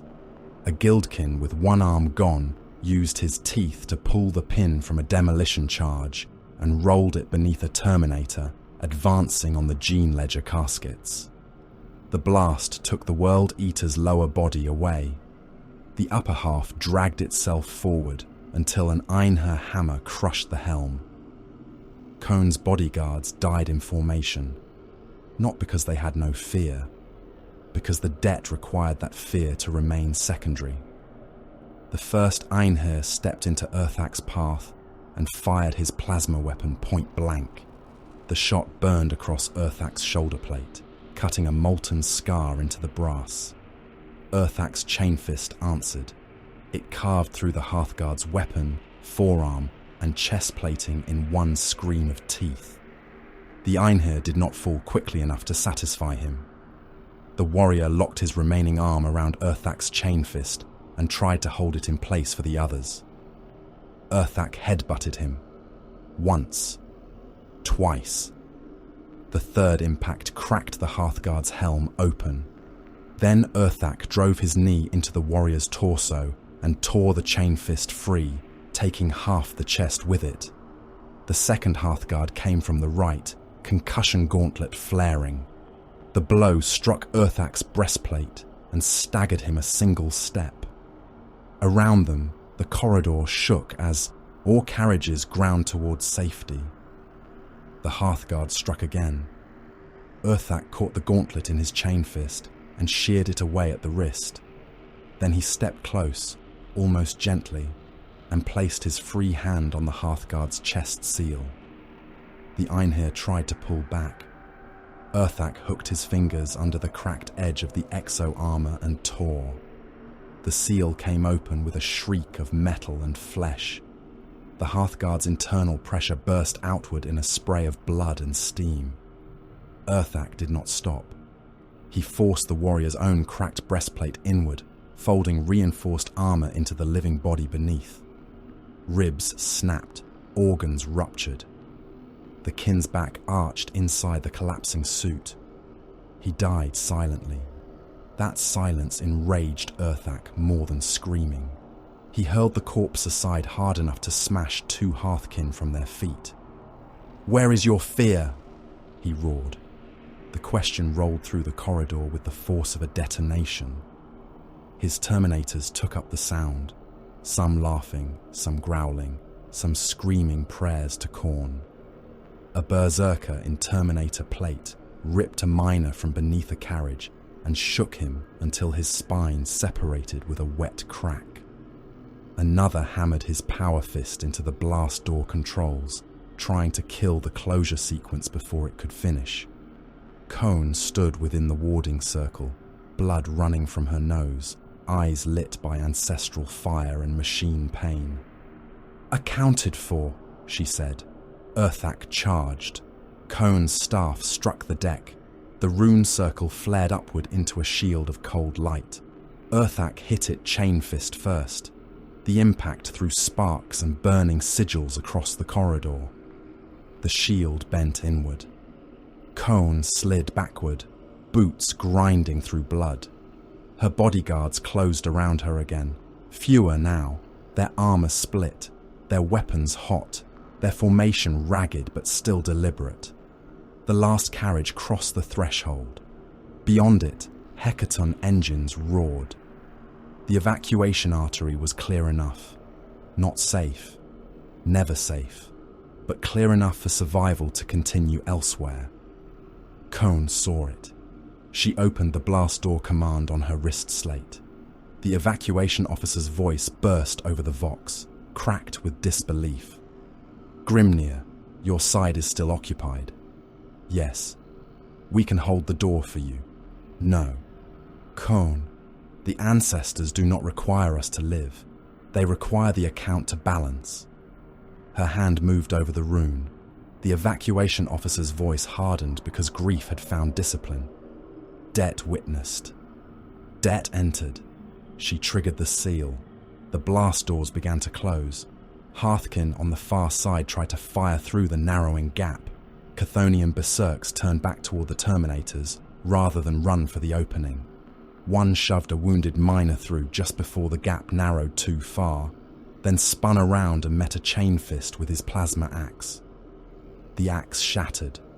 The berserk rammed his helmet into the Terminator's grill and detonated the charges on his belt. The door kept closing. Through the shrinking slit, the survivors saw Kohn's last circle. They saw Örgvayr break through the ward. They saw the final Einherr bodyguard take a chain fist meant for her and vanish in a spray of armor shards and blood. They saw Kohn thrust her staff into Örgvayr's chest hard enough to crack one of his armor plates and drive him back half a step. They saw his hand close around the staff and snap it. The backlash threw cold light through the chamber and burned ancestor runes into the walls. Örgvayr reached her. The doors met with a sound like a mountain deciding. Silence fell on the evacuation side for one stunned heartbeat. Then the impact came from the far side. Once. Twice. Chain fists began cutting. The survivors did not wait. They moved because Kohn had bought movement with her life, and to waste that purchase would have been a blasphemy deeper than any prayer. The hecatons pulled away under fire. Hearthkin dragged wounded into the transports. Ironkin locked the gene ledger caskets into shock mounts. Chthonian miners climbed aboard ore carriages with blood on their gloves and ash on their faces. Some looked back at the sealed doors. Most did not. Looking did not change the account. Brugh Kett, rescued from the lower shaft with 3 survivors and the guild map data still locked in his helm rig, stood beside the rear ramp of a hecaton and stared at the door until his eyes burned. Hearthkin beside him spoke without looking away from the firing line. "She is gone."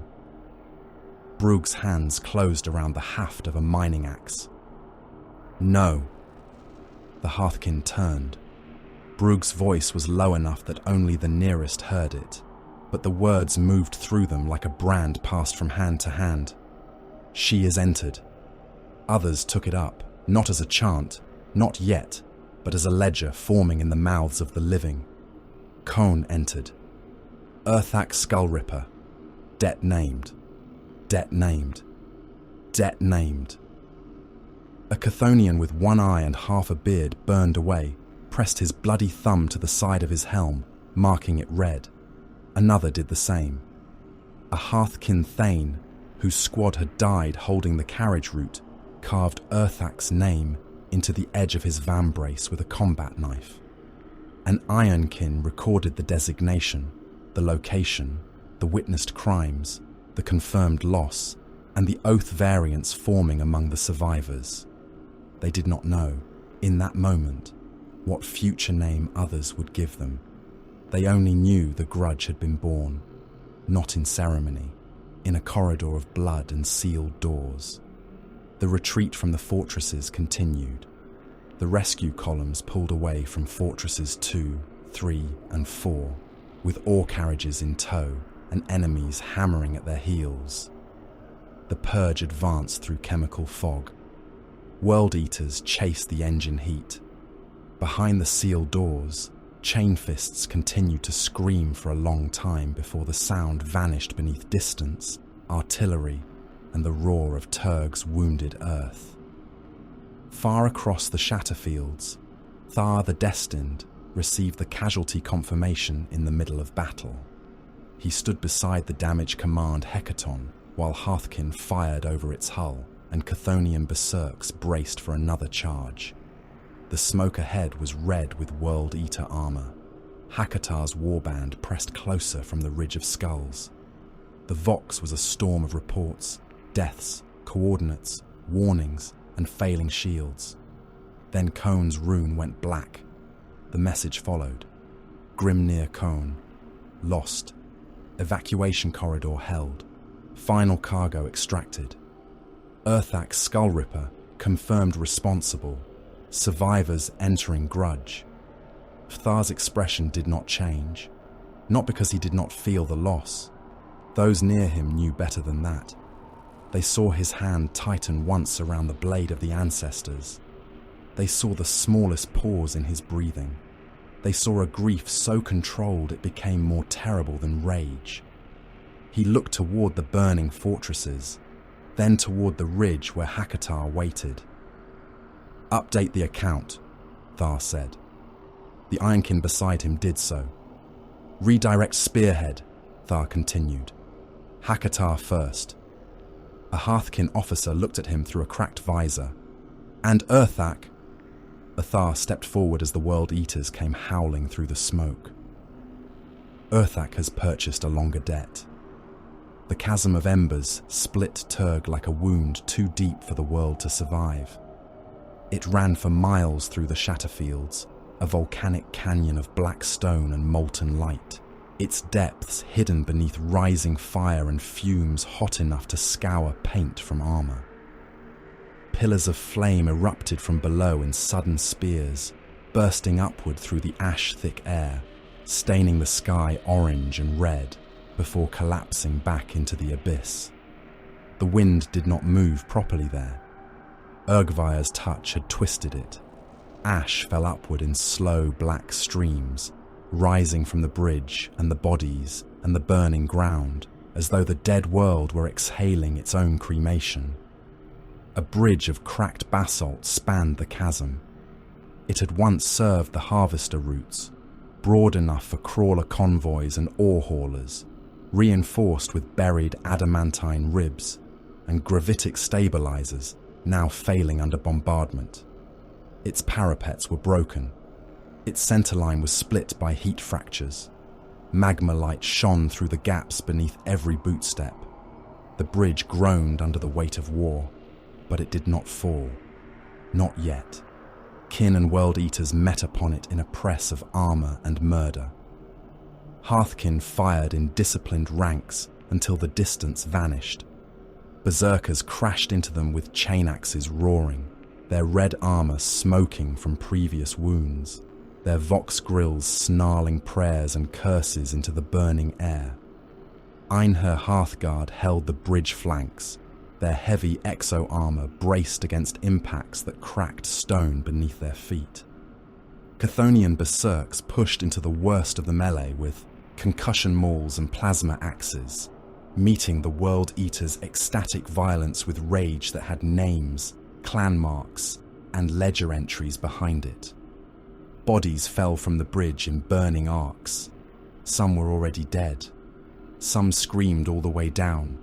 Some kept fighting as they dropped, locked together in the final stupidity of hatred, chain axe teeth still chewing, plasma blades still burning, gauntlets still crushing throats until the fire below took them. Thar the Destined walked onto the stone span through smoke and falling sparks. His armor was scarred from the Shatterfields. One pauldron bore a deep cut where a chain blade had failed to reach the flesh beneath. His left greave dragged slightly, damaged by shrapnel, but his stride did not break. The blade of the ancestors rested in his hand, its edge carrying a cold light at odds with the furnace world around it. Behind him, Hearthkin formed and died and formed again.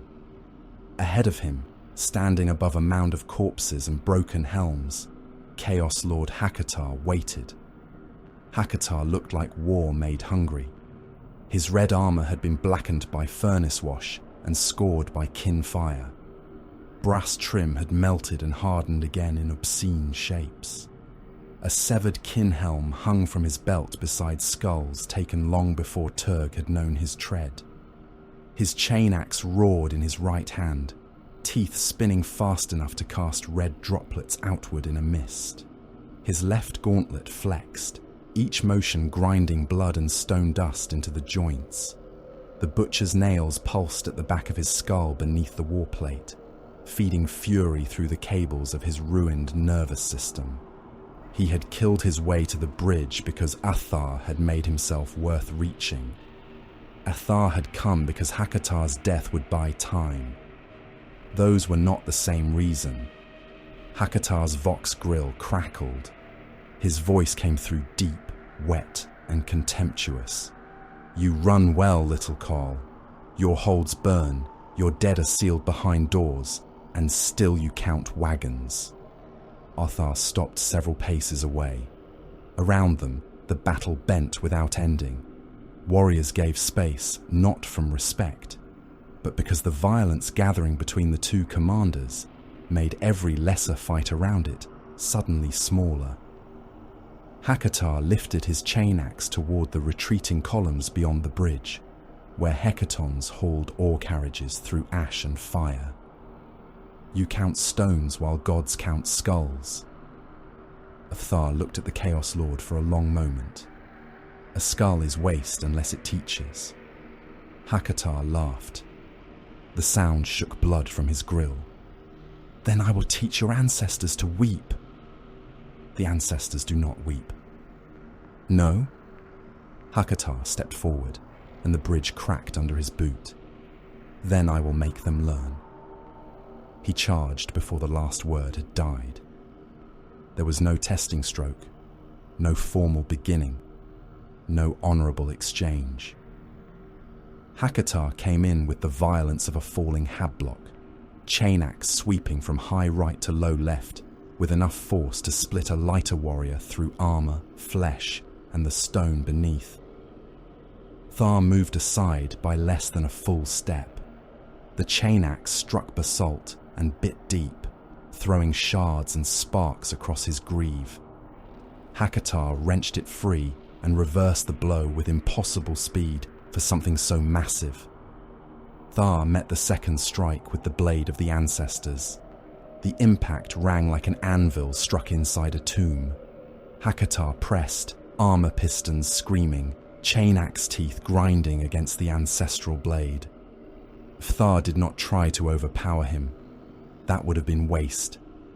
He turned the angle, let the force slide, and cut across Hakatar's forearm guard as the chain axe passed. The blade left a bright wound through brass trim and ceramite. Black-red blood welled beneath it. Hakatar roared in delight. He kicked. The blow caught Thar in the chest and hurled him backward across the bridge. He struck a broken parapet hard enough to crack it further. Fire erupted from the chasm below, washing orange light over both warriors. A berserker nearby took the moment as invitation and lunged toward Thar's flank, chain axe raised. A Hearthkin Thane intercepted him.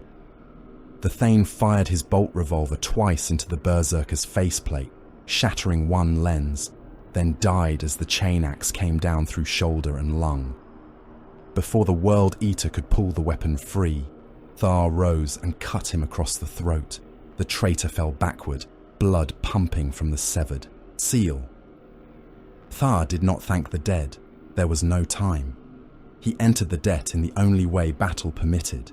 He used the moment purchased. Hakatar came again. The Chaos Lord's chain axe howled in brutal arcs, each strike capable of ending the duel outright. His style was not mindless, despite the fury burning through him. He feinted with raw strength, used the reach of his weapon to herd Avthar toward fractures in the bridge, forced him to move around eruptions of fire and corpses underfoot. He fought like a butcher who understood anatomy and architecture equally well.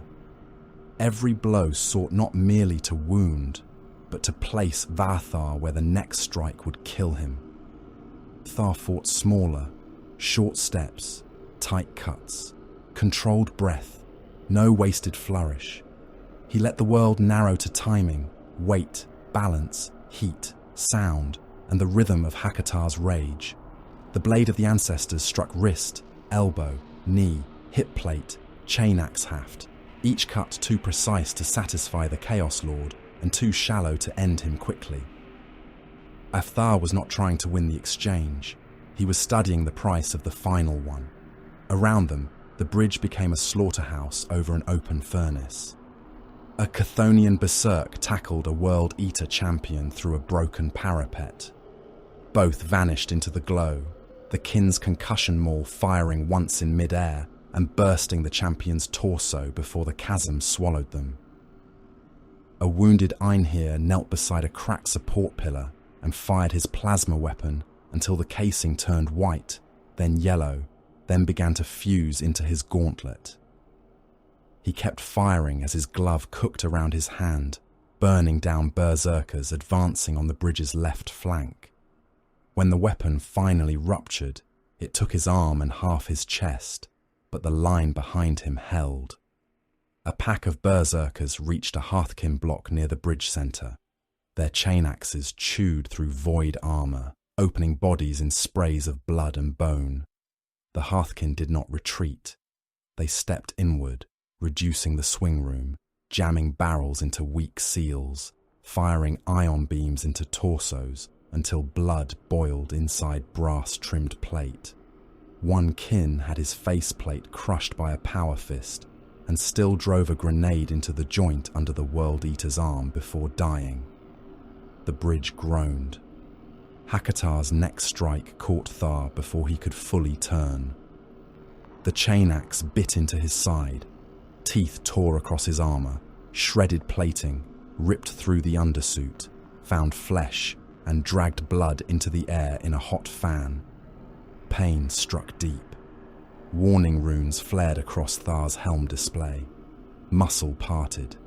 Blood ran inside his warplate. For a heartbeat, his left side stopped obeying cleanly. Hakatar leaned into the wound, forcing the teeth deeper. "There," the Chaos Lord snarled. "Meat beneath the metal." Thar's breath caught once, then steadied. He did not wrench away. He let the wound exist. He let Hakatar feel the bite. He let the Chaos Lord believe the strike had changed the duel in his favour. Because it had. That was why it mattered. Hakatar tore the chain axe free, bringing strips of armour and flesh with it. Thar staggered backward, the motion real enough because the pain was real. Hakatar followed with the hunger of a warrior who had smelled the ending. His next blow came lower, meant to finish the same side, to split the wound open from hip to ribs. Warthar allowed his damaged step to shorten. Hakatar adjusted to exploit it. There. The rhythm changed. The Chaos Lord's right leg came forward harder than before, carrying too much weight, too much certainty. Thar pivoted into the pain instead of away from it. The blade of the ancestors passed beneath the incoming chain axe, its edge turning through smoke and firelight in a compact, perfect arc. It cut into Hakatar's thigh at the hip joint. Ceramite parted. Reinforced cabling snapped. Flesh split. The first wound did not sever the limb, but it destroyed the certainty of the step. Hakatar's weight shifted wrong. His chain axe strike went wide, teeth screaming past Thar's helm, close enough to carve sparks from the crest. Thar struck again. This time he cut behind the knee. Hakatar roared and hammered a gauntlet into Thar's shoulder, staggering him. The bridge cracked beneath both of them. Fire erupted beside the span, bathing them in blistering heat. Hakatar tried to turn the stumble into another strike, tried to bring the chain axe around, tried to make rage compensate for structure. Arthar gave him no time. The blade of the ancestors came down through the wounded leg. It severed Hakatar's right limb above the knee. The Chaos Lord fell, but falling did not make him helpless. His chain axe swept in a final killing arc aimed at Thar's waist.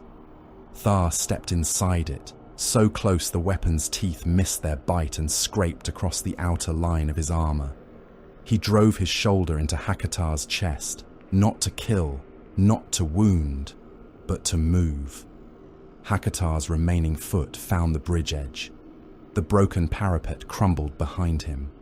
For a heartbeat, the Chaos Lord hung there, huge and red and furious against the volcanic glare, one leg gone, chain axe still roaring, his free hand clawing for purchase on cracked stone. Thar looked into the snarling helm. Hakatar laughed.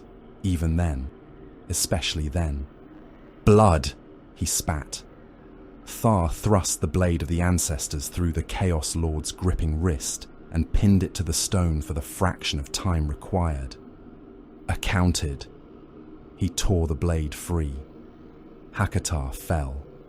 He dropped into the chasm of embers, howling hatred, praise and laughter all at once. Fire swallowed him from below.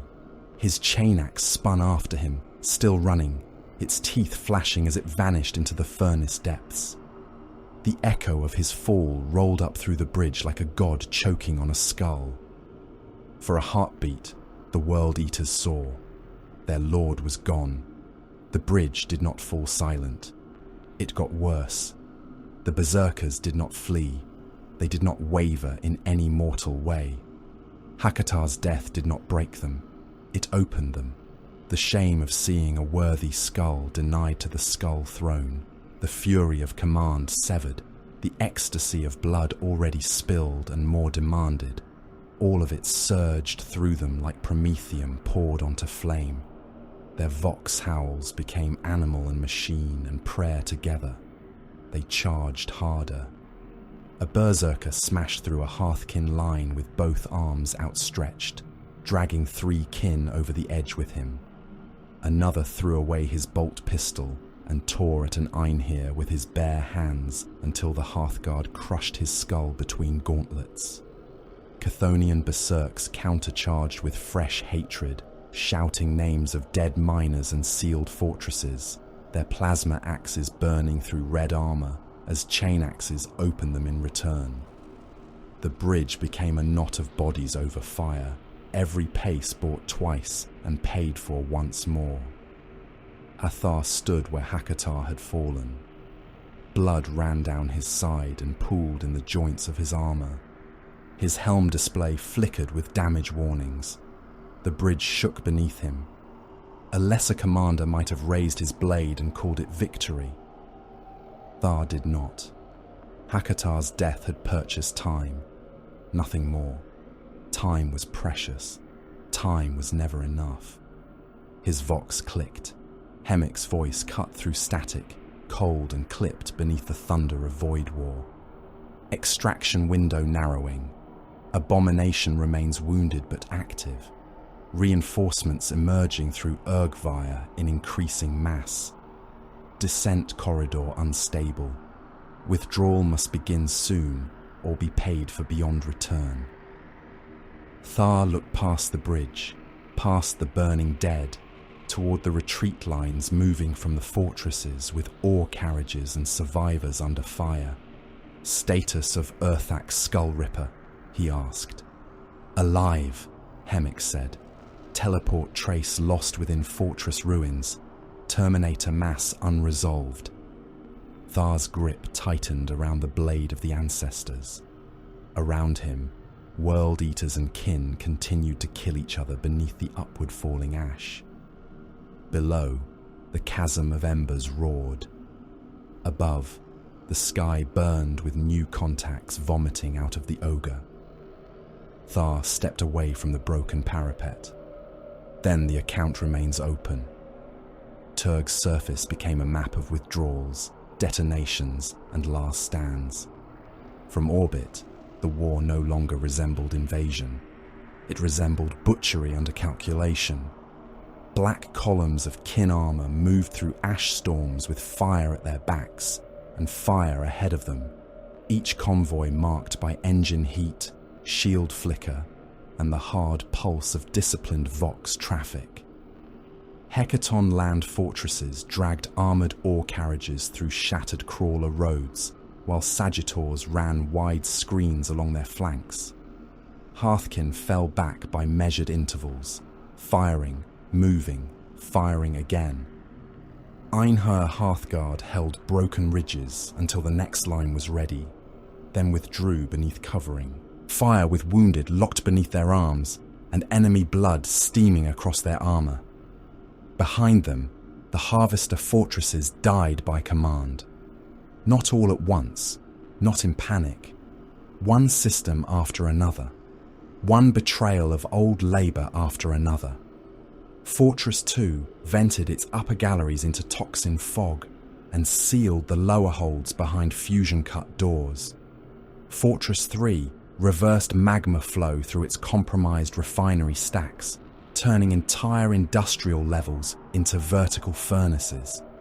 Fortress 4 fed overload commands into its crawler foundations until the ancient pistons locked, screamed, and began to tear themselves apart beneath the weight of the machine city they had carried for generations.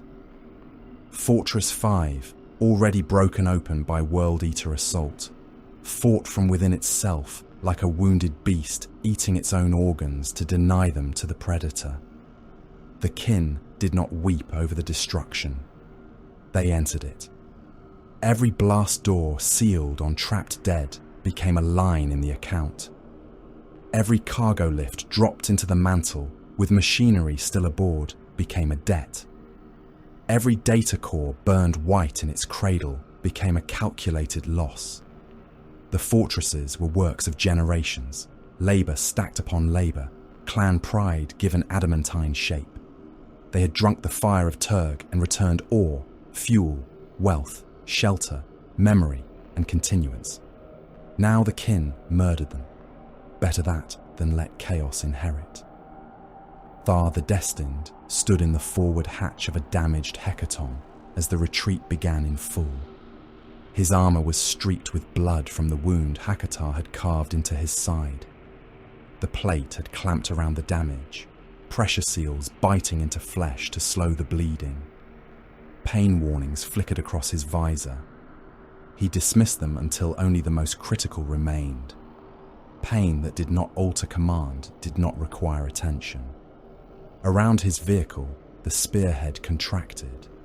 The bridge at the Chasm of Embers still burned behind them. Hakatar was gone into the fire below, but the World Eaters had not broken. They had worsened. Packs of berserkers came through the smoke with the manic endurance of things too angry to understand defeat. Some chased on foot. Some rode in hacked-open assault transports, standing on hulls and firing bolt pistols into the ash. Some climbed over their own dead to reach kin firing slits. They hurled themselves onto hecaton hulls, jamming chain axes into treads, hammering at viewports, tearing at armour seams with fingers already broken. One berserker reached the side of the command hecaton, his lower body crushed by earlier fire. His armour opened at the belly, so that loops of intestine dragged beneath him and caught in the vehicle's moving plates. He hauled himself upward anyway, one hand at a time, laughing through a helm split down the middle. A hearthkin on the roof mount leaned over and fired an ion blaster into his face. The beam cooked the skull inside the helm and blew steam through the broken grille. The corpse remained hooked to the armour until another kin kicked it loose. It fell beneath the treads and vanished. Rear line closing, reported an ironkin from inside the hecaton. Fortress 2 convoy loaded beyond safe tolerance. Fortress 3 has lost one ore carriage to terrain collapse. Fortress 4 extraction incomplete. Thar looked toward the western haze where Fortress 4 burned with internal fire. How incomplete? Gene ledgers secured, machine cores secured, living personnel extracted from primary holds. Raw ore stock remains at significant mass. Lower refinery guild crews unconfirmed. Recovery time? Beyond window. Enemy pressure? Increasing. Then Fortress 4 dies. The order passed down the line. There was no speech to accompany it. No apology sent into the dark. No hollow blessing for those left in its sealed depths. Deep within Fortress 4, scuttling commands flowered through old systems. Reactor governors unlocked. Magma siphons reversed. Cargo lifts detached from their rails and plunged into the planet's mantle, dragging ore, broken machinery, trapped corpses, and still screaming world eaters down into the fire. data cores ignited, their vaults turned from black iron to white light. The fortress shuddered once, then again. A plume of molten rock and burning metal erupted from its central stack and punched into the ash storm like the funeral pyre of a city. Across an open vox band, a world eater voice screamed through static. Cowards, stone-blooded cowards. You flee, you burn your own works, you deny battle. Athar listened until the transmission repeated itself in rage. Then he opened the channel. Incorrect, he said. Expensive. He closed the link and marked Fortress 4 destroyed. The World Eaters answered by charging harder. They came through firestorms thrown up by the collapsing fortresses. Their red armor emerged from ash curtains like butcher icons carried by the wind. Some were burning. Some were missing arms, helms, chunks of torso, strips of flesh. The nails drove them beyond pain, but not beyond consequence. They died in great numbers. They died under Hecaton guns, Sagittor rotary fire, Magna rail shots, and disciplined volleys from Hearthkin fallback lines. They died beneath collapsing bridges and in magma wash. They died clawing at hatches they had no time to open. Yet enough of them lived long enough to matter. That was always the horror of them. A pack reached the rearmost ore carriage from Fortress 3. The carriage was overloaded with sealed yield caskets and wounded miners strapped into the gaps between cargo braces. Hearthkin atop it fired downward until berserkers climbed over the dead angles of the hull. A chain axe chewed through the first gunner's knees. Another World Eater drove both fists through a firing slit and dragged a kin halfway out before a bolt revolver shot took him through the throat. The wounded miner inside the slit screamed once as the dead traitor's weight snapped his spine against the frame. A Sagittor swung across the carriage flank, turret hammering. Its fire shredded two berserkers from behind, opening their backs in bursts of armor and meat. A third leapt onto the vehicle, buried a chain axe in the turret ring, and held on while the Sagittor swerved through a crater field. The gunner inside fired until the weapon locked. The driver rammed the vehicle into a basalt outcrop, crushing the berserker between hull and stone. The traitor's torso burst, but his weapon remained lodged, disabling the turret. The Sagittor continued anyway, half blind and bleeding smoke. The retreat was not a rout. It was a killing machine folding itself backward. Sagittors leapfrogged from ridge to ridge, firing until heat alarms forced them to move. Hearthkin squads dropped mines, fired volleys, dragged wounded, and withdrew on marks set by cold command. Einher Hearthguard stood in road cuts like living gates, while convoy elements passed behind them. Hecaton land fortresses reversed by sections, their rear guns firing, their side weapons sweeping close threats, their forward armor taking hits meant for the carriages. Chthonian berserks formed brutal countercharge knots wherever the World Eaters threatened to reach cargo or wounded in mass. The kin were at their most dangerous in retreat. They did not have to be inspired. They had to be aligned. They did not need to prove courage to an enemy screaming for skulls. They knew what had been saved. They knew what had been abandoned. They knew the retreat route, the fire schedule, the scuttle codes, the number of carriages still moving, the number of wounded still breathing, and the number of seconds before orbit closed above them. Impossible to shame, hard to break, costly to follow. At Fortress 5, the last command signal from Foreman Brankovic came through broken and layered with internal explosions. Guild vaults burned, upper habs lost, enemy in command decks, furnace pressure beyond tolerance, remaining personnel unable to withdraw, enemy density high, denial protocol requested. Thar's command. Hecaton shook as an artillery shell burst near its flank. Dust and sparks rained across the interior. The Ironkin repeated the signal with no change in tone. Denial protocol requested. Thar's eyes closed for less than a heartbeat. Granted. The answer returned from Fortress 5 almost immediately. Debt witnessed. Ancestors receive account. There was no further appeal. Inside Fortress 5, the last kin still capable of labour carried it out. Furnace channels were broken open. Magma siphons were reversed into the lower arteries. Plasma cutters were locked into overload. Ammunition vaults were armed. Reactor governors accepted commands no engineer ever wished to give. World Eaters deep within the fortress found the corridors changing around them. Doors sealed behind them. Floors glowed. Walls began to breathe heat.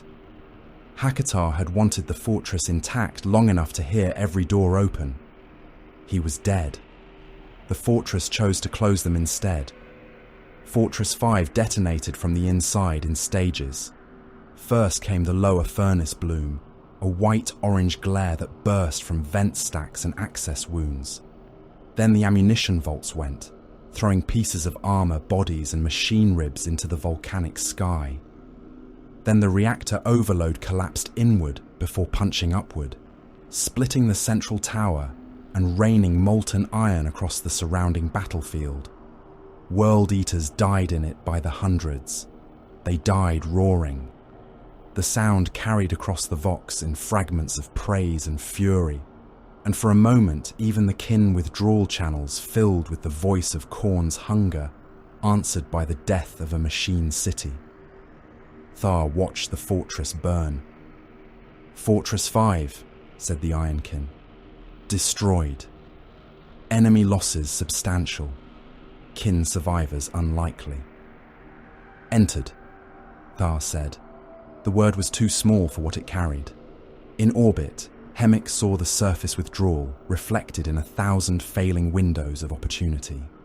The abomination still lived. Wounded, burning, and furious, it had turned its ravaged flank away from the kin fleet, while escorts and fresh assault craft emerging from Örgvayr crowded the battle space. Hemik's ships were damaged. Some had lost shields. Some had compartments open to the void. Ammunition tallies were shrinking into ugly territory. Crew casualty marks crawled across her command slate in red columns.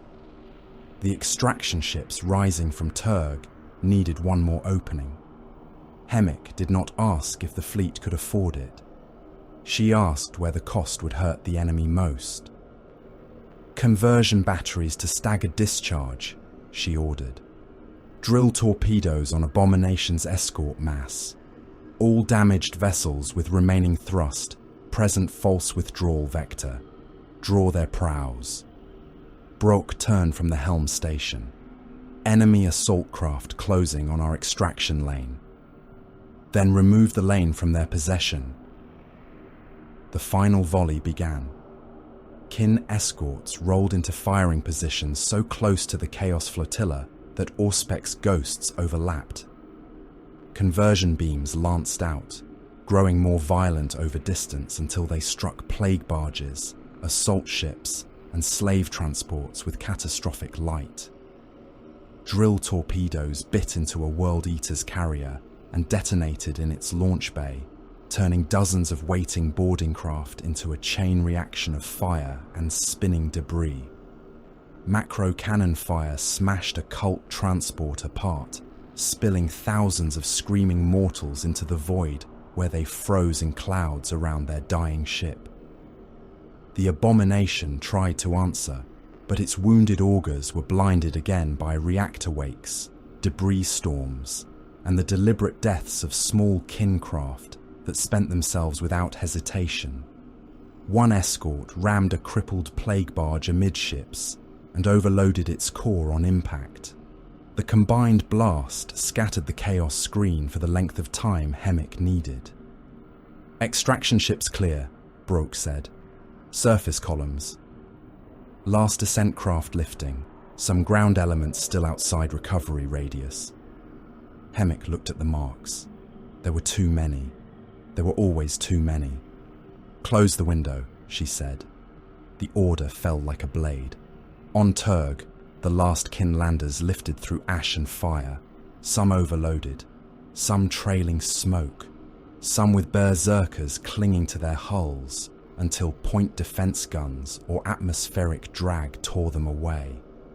One lander rose with a World Eater half inside its rear ramp, chain axe chewing through the doorframe. A Thonian miner with both arms burned black tackled him, locked a demolition charge between them, and vanished with the traitor in a red flash that sealed the ramp in blood and warped metal. The ascent corridors closed behind them. Below, those left outside them continued fighting. Not because rescue remained, because pursuit had to be slowed. A Hearthkin line on a ridge above the Shatterfields fired until ammunition ran dry. They fixed blades and waited.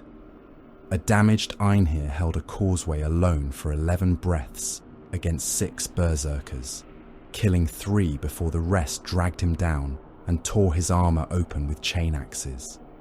A wounded Ironkin, its lower body crushed beneath a carriage wheel, continued feeding targeting data to retreating Sagittars until a bolt shell destroyed its head.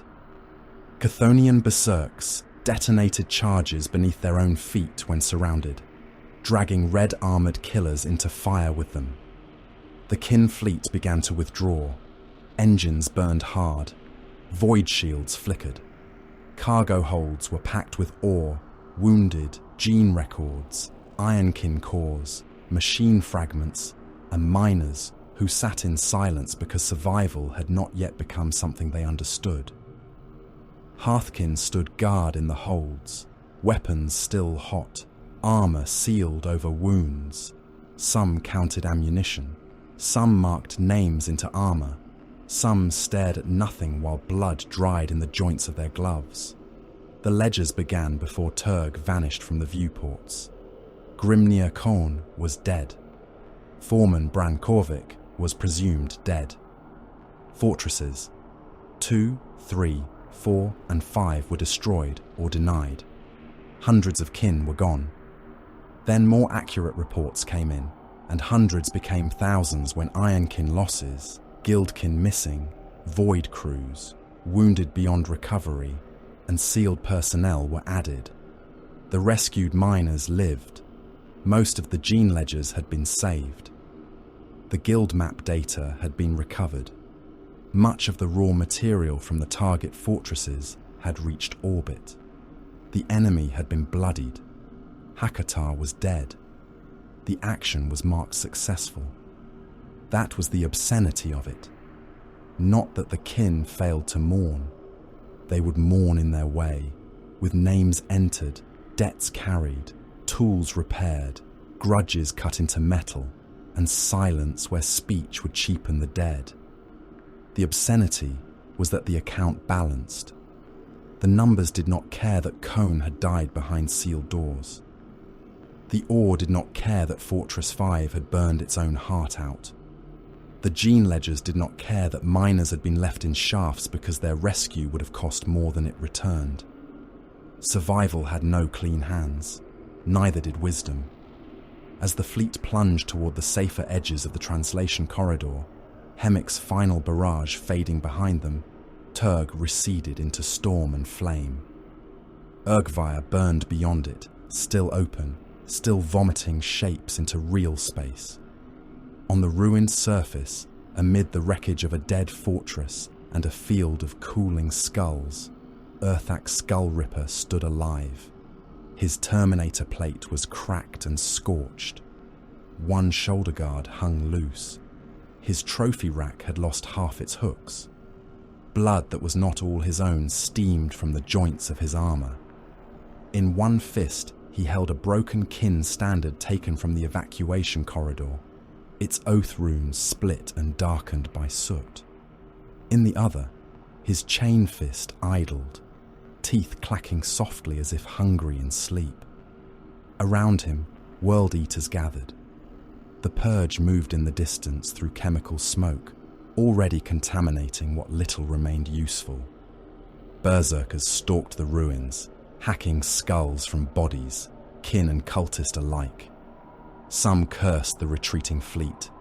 Some praised Hakatar's fall as an offering. Some fought each other over trophies. Urthak did not join them. He looked up through the ash at the last kin engine trails vanishing into the poisoned sky. Then he began to laugh. It was not victory. It was appetite surviving denial. More skulls, Urthak growled. The warriors around him answered, more skulls. He lifted the broken standard and drove it point first into a mound of dead.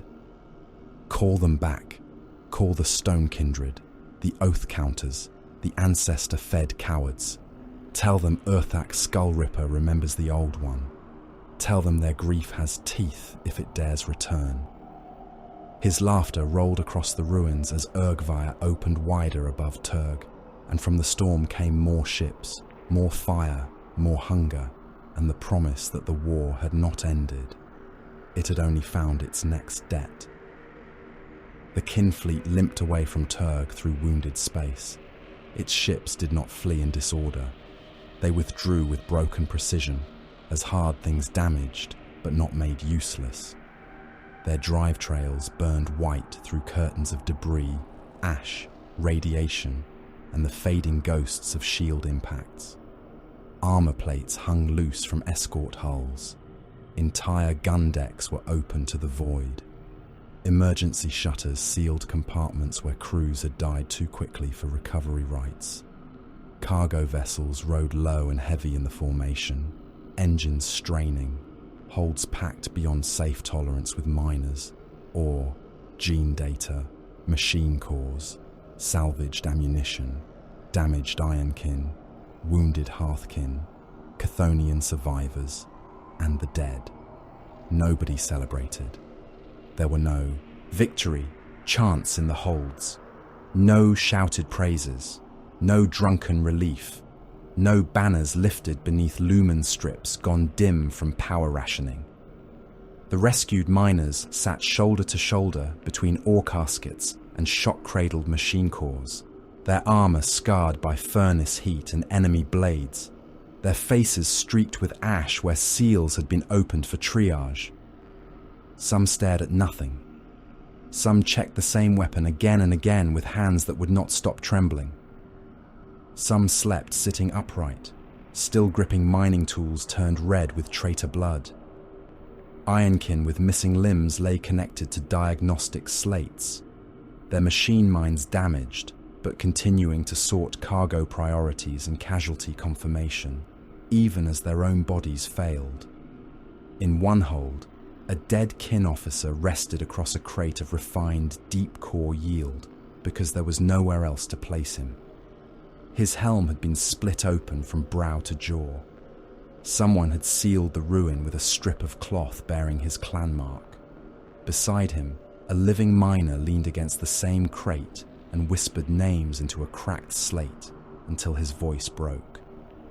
When it failed entirely, he kept moving his lips. In another hold, gene ledgers taken from Fortress 4 sat guarded by wounded hearthkin, whose armor still smoked from chemical burns. The ledgers were safe. The warriors who had saved them were not. One died while standing watch, remaining upright only because his armor had locked around him. An ironkin noticed, recorded the moment, removed the weapon from the dead hands, and placed it in the grip of another warrior without comment. The account continued. Thar the Destined stood in the medici bay of the Grudge of Votann while chirurgeons cut burned armor from his side. The wound Hakatar had given him was ugly. Chain-axe teeth had torn through plating, undersuit, flesh, and muscle, leaving a ragged channel that continued bleeding whenever he moved. The medici servitors had twice ordered him to lie down. He had ignored them both times. A broker surgeon with tired eyes and blood on his gloves had stopped issuing commands and settled for working around the Carl's stubbornness. Pain came in waves. but Thar allowed it to exist. He did not make worship of enduring it. He did not pretend it was absent. He merely denied it authority. A slate hovered before him, linked to the fleet's central account. Hakatar was dead. Harvester fortresses 2, 3, 4, and 5 were denied to the enemy. The target gene ledgers had been saved. The guild map data had been recovered. Significant raw material stock had reached orbit. Most recoverable miners and ironkin from the designated extraction zones had been removed. Grimnir Kone was dead. Foreman Bran Korvik was presumed dead. Thousands of kin, ironkin, guild crews, hearthkin, and void personnel were dead, missing, sealed, burned, contaminated, or abandoned beyond recovery. Thar read each line. He did not ask if the price had been too high. That question belonged before payment, not after. After payment, the only useful questions were whether the purchase had been necessary, whether the debt had been entered, and what must be done with what remained. The surgeon pressed a heated clamp into the torn flesh at his side. Steam rose. Fafthar's jaw tightened once. Voidmaster Hemik entered without ceremony, her armor marked by bridge smoke and a thin line of dried blood at her temple. She carried her helm beneath one arm and a slate in the other. Her ships had bought the extraction corridor with reactors, hulls, and crews. She had the look of one who had spent everything permitted and several things that had not been. "The fleet remains coherent," she said. "Translation corridor is unstable but passable. Abomination follows at range. Its wounds slow it. They do not stop it. The assault craft? More emerging from Örgvayr. Too many to engage without losing the extraction mass. Then we do not engage." "No."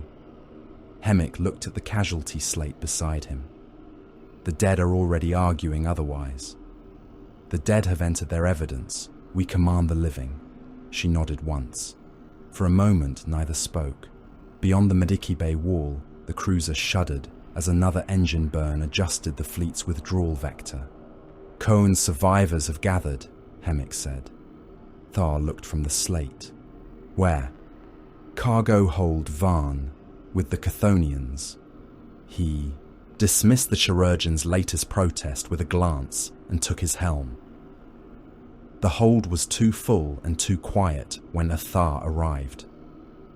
Chthonian miners, Hearthkin survivors, wounded berserks, Ironkin recorders, and a handful of Einher with battered exo-armor stood in a rough circle around a broken kin standard. The cloth had been recovered from the evacuation corridor before the blast doors sealed. Half of it was burned away. The remaining oath runes were blackened by smoke and marked with blood from many hands. It had not belonged to Kone personally. That did not matter. It had stood where she had stood. It had come out when she had not. Brug Ket, the shaft crew chief pulled from Fortress 3, stood at the center. His armor had been cut open at the shoulder. One side of his face was blistered. His beard was scorched to uneven stubble. In his hands was a slate, and on the slate was no poem, only a kill ledger. He read it aloud as Thar entered. Earthak Skullripper, World Eater's Terminator Champion, Cataphractii Plate, Brass Trim, Chain Fist, Combi Bolter, Trophy Rack bearing kin remains. Last confirmed location, Harvester Fortress Extraction Perimeter, Turg. Confirmed crimes, interdiction of evacuation, destruction of ore carriages, killing of Hearthkin and Ironkin assets, slaughter of wounded miners, death of Grimnir Kone, witnessed by survivors, debt owed, total. A Hearthkin Thane stepped forward and pressed his bleeding thumb to the slate. Entered. An Ironkin with one arm missing leaned in and marked the record with a coded pulse from its damaged wrist node. Entered. A Chthonian berserk whose chest was stapled shut with emergency clamps lifted his plasma axe and touched its edge to the broken standard. Entered. One by one, the survivors marked the ledger, not with grand speeches, not with theatre. Their oath was inventory, identification, last known location, observed war gear, confirmed crimes, and the debt owed. That made it more terrible. It was not rage scattered into the air. It was rage given a storage vault and a route of travel. It would wait. It would harden. It would cross stars if required. Thar watched the birth of the grudge band of Cone. He did not stop it. He would have distrusted them if they had not formed. On Turg, Urthak's Skullripper made his own accounting in the language of the World Eaters. The ruins of Fortress 5 still burned around him. Magma ran through corridors that had once carried ore. The fortress towers sagged inward, their bones glowing red. The air was full of ash, toxin vapour, screams, and the butcher hymns of warriors who had turned denial into offering.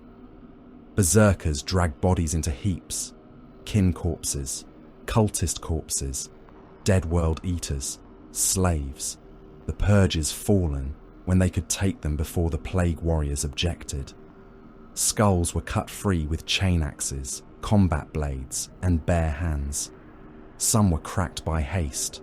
Some were gnawed by warriors too far gone to know the difference between trophy and meat. Urthak did not mourn Hakatar. Hakatar had fallen. Therefore Hakatar had ceased to command. That was the World Eater's purity, if such a word could survive among them. Leadership belonged to the warrior still standing, the killer still hungry, the butcher still able to lift his weapon after the smoke cleared. Urthak stood upon a mound of skulls and broken helms, the shattered kin standard still planted beside him. His Terminator armor was scorched. His chain fist had lost teeth. A wound in his chest plate leaked dark fluid. He ignored it. Below him, berserkers howled for the ships that had escaped. Others fought each other over trophies from Cone's bodyguard. One warrior claimed a Hearthguard helm. Another tore his throat out for it. No one intervened. The purge moved through the ruins with different purpose. Their plague-armoured warriors seeded broken corridors with toxin charges, rad cankers, chemical spores, and slow-killing mists. They fouled machine chambers the World Eaters wanted as dens. They poured contagion into ore vaults already emptied. They corrupted water recyclers, hab seals, furnace controls, and the few surfaces not already burned clean by scuttling fires. To them, Turg was not a battlefield to remember. It was a contaminated zone to complete. The friction began before the last fires cooled. A World Eater dragged a chain of skulls toward a collapsed cargo gate and found purge warriors, flooding the chamber with corrosive vapor. He roared, charged, and died choking when the cloud ate through his damaged helm seals. His brothers killed 2 plague marines in answer before Urthak's bellow forced the packs apart. Not from discipline, from hierarchy enforced by the promise of immediate murder. The World Eaters wanted trophies and battlefields. The Purge wanted sterilized death zones. Their alliance survived because Örgvayr still fed them war, and because both hungers could point, for a time, in the same direction. Beyond Turg, the Stormwood front widened. It did not do so with a single proclamation. It expanded through distress calls, muster orders, broken augur records, burning refugee convoys, and hold worlds sealing their gates. Heretic Astartes and their allies reinforced through the ogre in growing numbers. World Eaters' warbands came in red procession, drawn by the scent of worthy resistance and the promise of skulls. Plague fleets followed impatient arcs. Demon engines crawled from macro haulers. Cult transports spilled mobs into dead moons and mining stations. Vox traffic across the northeastern Thurian frontier became a tapestry of warning bursts, clan codes, last stands, and silence. More holds armed. Mega-cruisers ferried kinhosts through dangerous translation lanes. Forge vaults opened and yielded weapons stored for wars not yet named. Hearthkin musters drilled beneath stone ceilings, while broker engineers stripped civilian machines into battlefield use. Sagittor lines were repaired, rearmed, and dispatched before their crews had slept. Hecaton land fortresses took on ammunition, fuel, replacement plating, and names of the dead painted beneath their gun housings. Prospects pushed outward to claim fallback worlds before chaos could poison them first. They did not do so gently. Claim beacons went down on airless rocks, mineral moons, and border systems whose imperial charts often bore other names. Imperial governors in nearby sectors panicked as kin vessels entered regions they believed under their own authority. They sent demands, then protests, then threats. Some received replies. Most received coordinates, showing chaos movements their own augurs had missed. A few were warned to move their ships or be included in the navigational hazard account. Refugee convoys burned anyway. Some were kin, some were imperial, some were Xenos traders who had thought distance would keep them safe from a storm with teeth. The ogre did not care. Örgvayr widened and narrowed according to no sane rhythm, vomiting war into lanes that had been secure the day before. Asteroids became ambush points, mining rigs became tombs. Relay stations transmitted laughter for hours after their crews died. Every map became provisional. Every route became a wager. At Obsid Gate, the ancestor chamber opened to Thar. He entered wounded and unbowed. The chamber was colder than the ship had been, older. The walls carried the pressure of memory.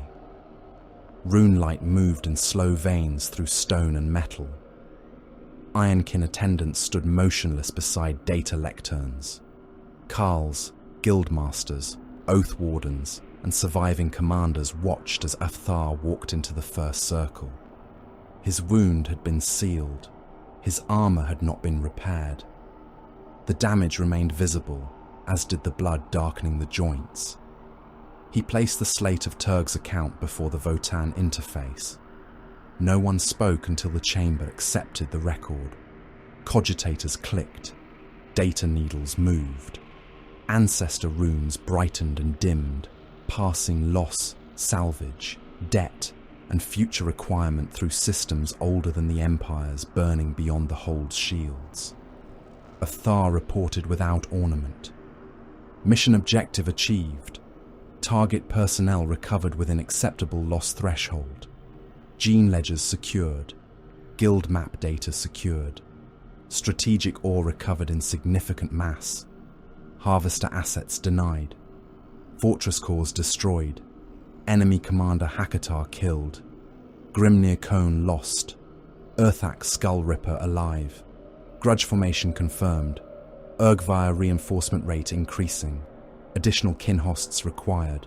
Additional void assets required. Additional denial protocols required for outer holdings. The chamber listened. The Votann did not answer quickly.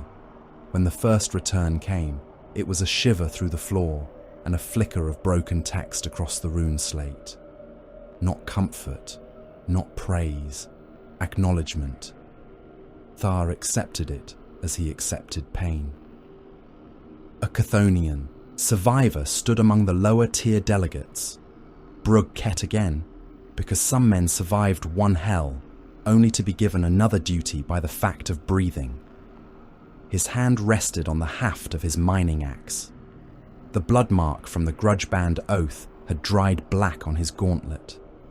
Arafthar turned from the ancestor interface and looked over the gathered kin. Turg is concluded. The words were correct. They were also insufficient. Brug stepped forward before any Carl or Oath Warden could speak. His voice was hoarse from smoke and sealed grief. "No, Carl, Turg is entered."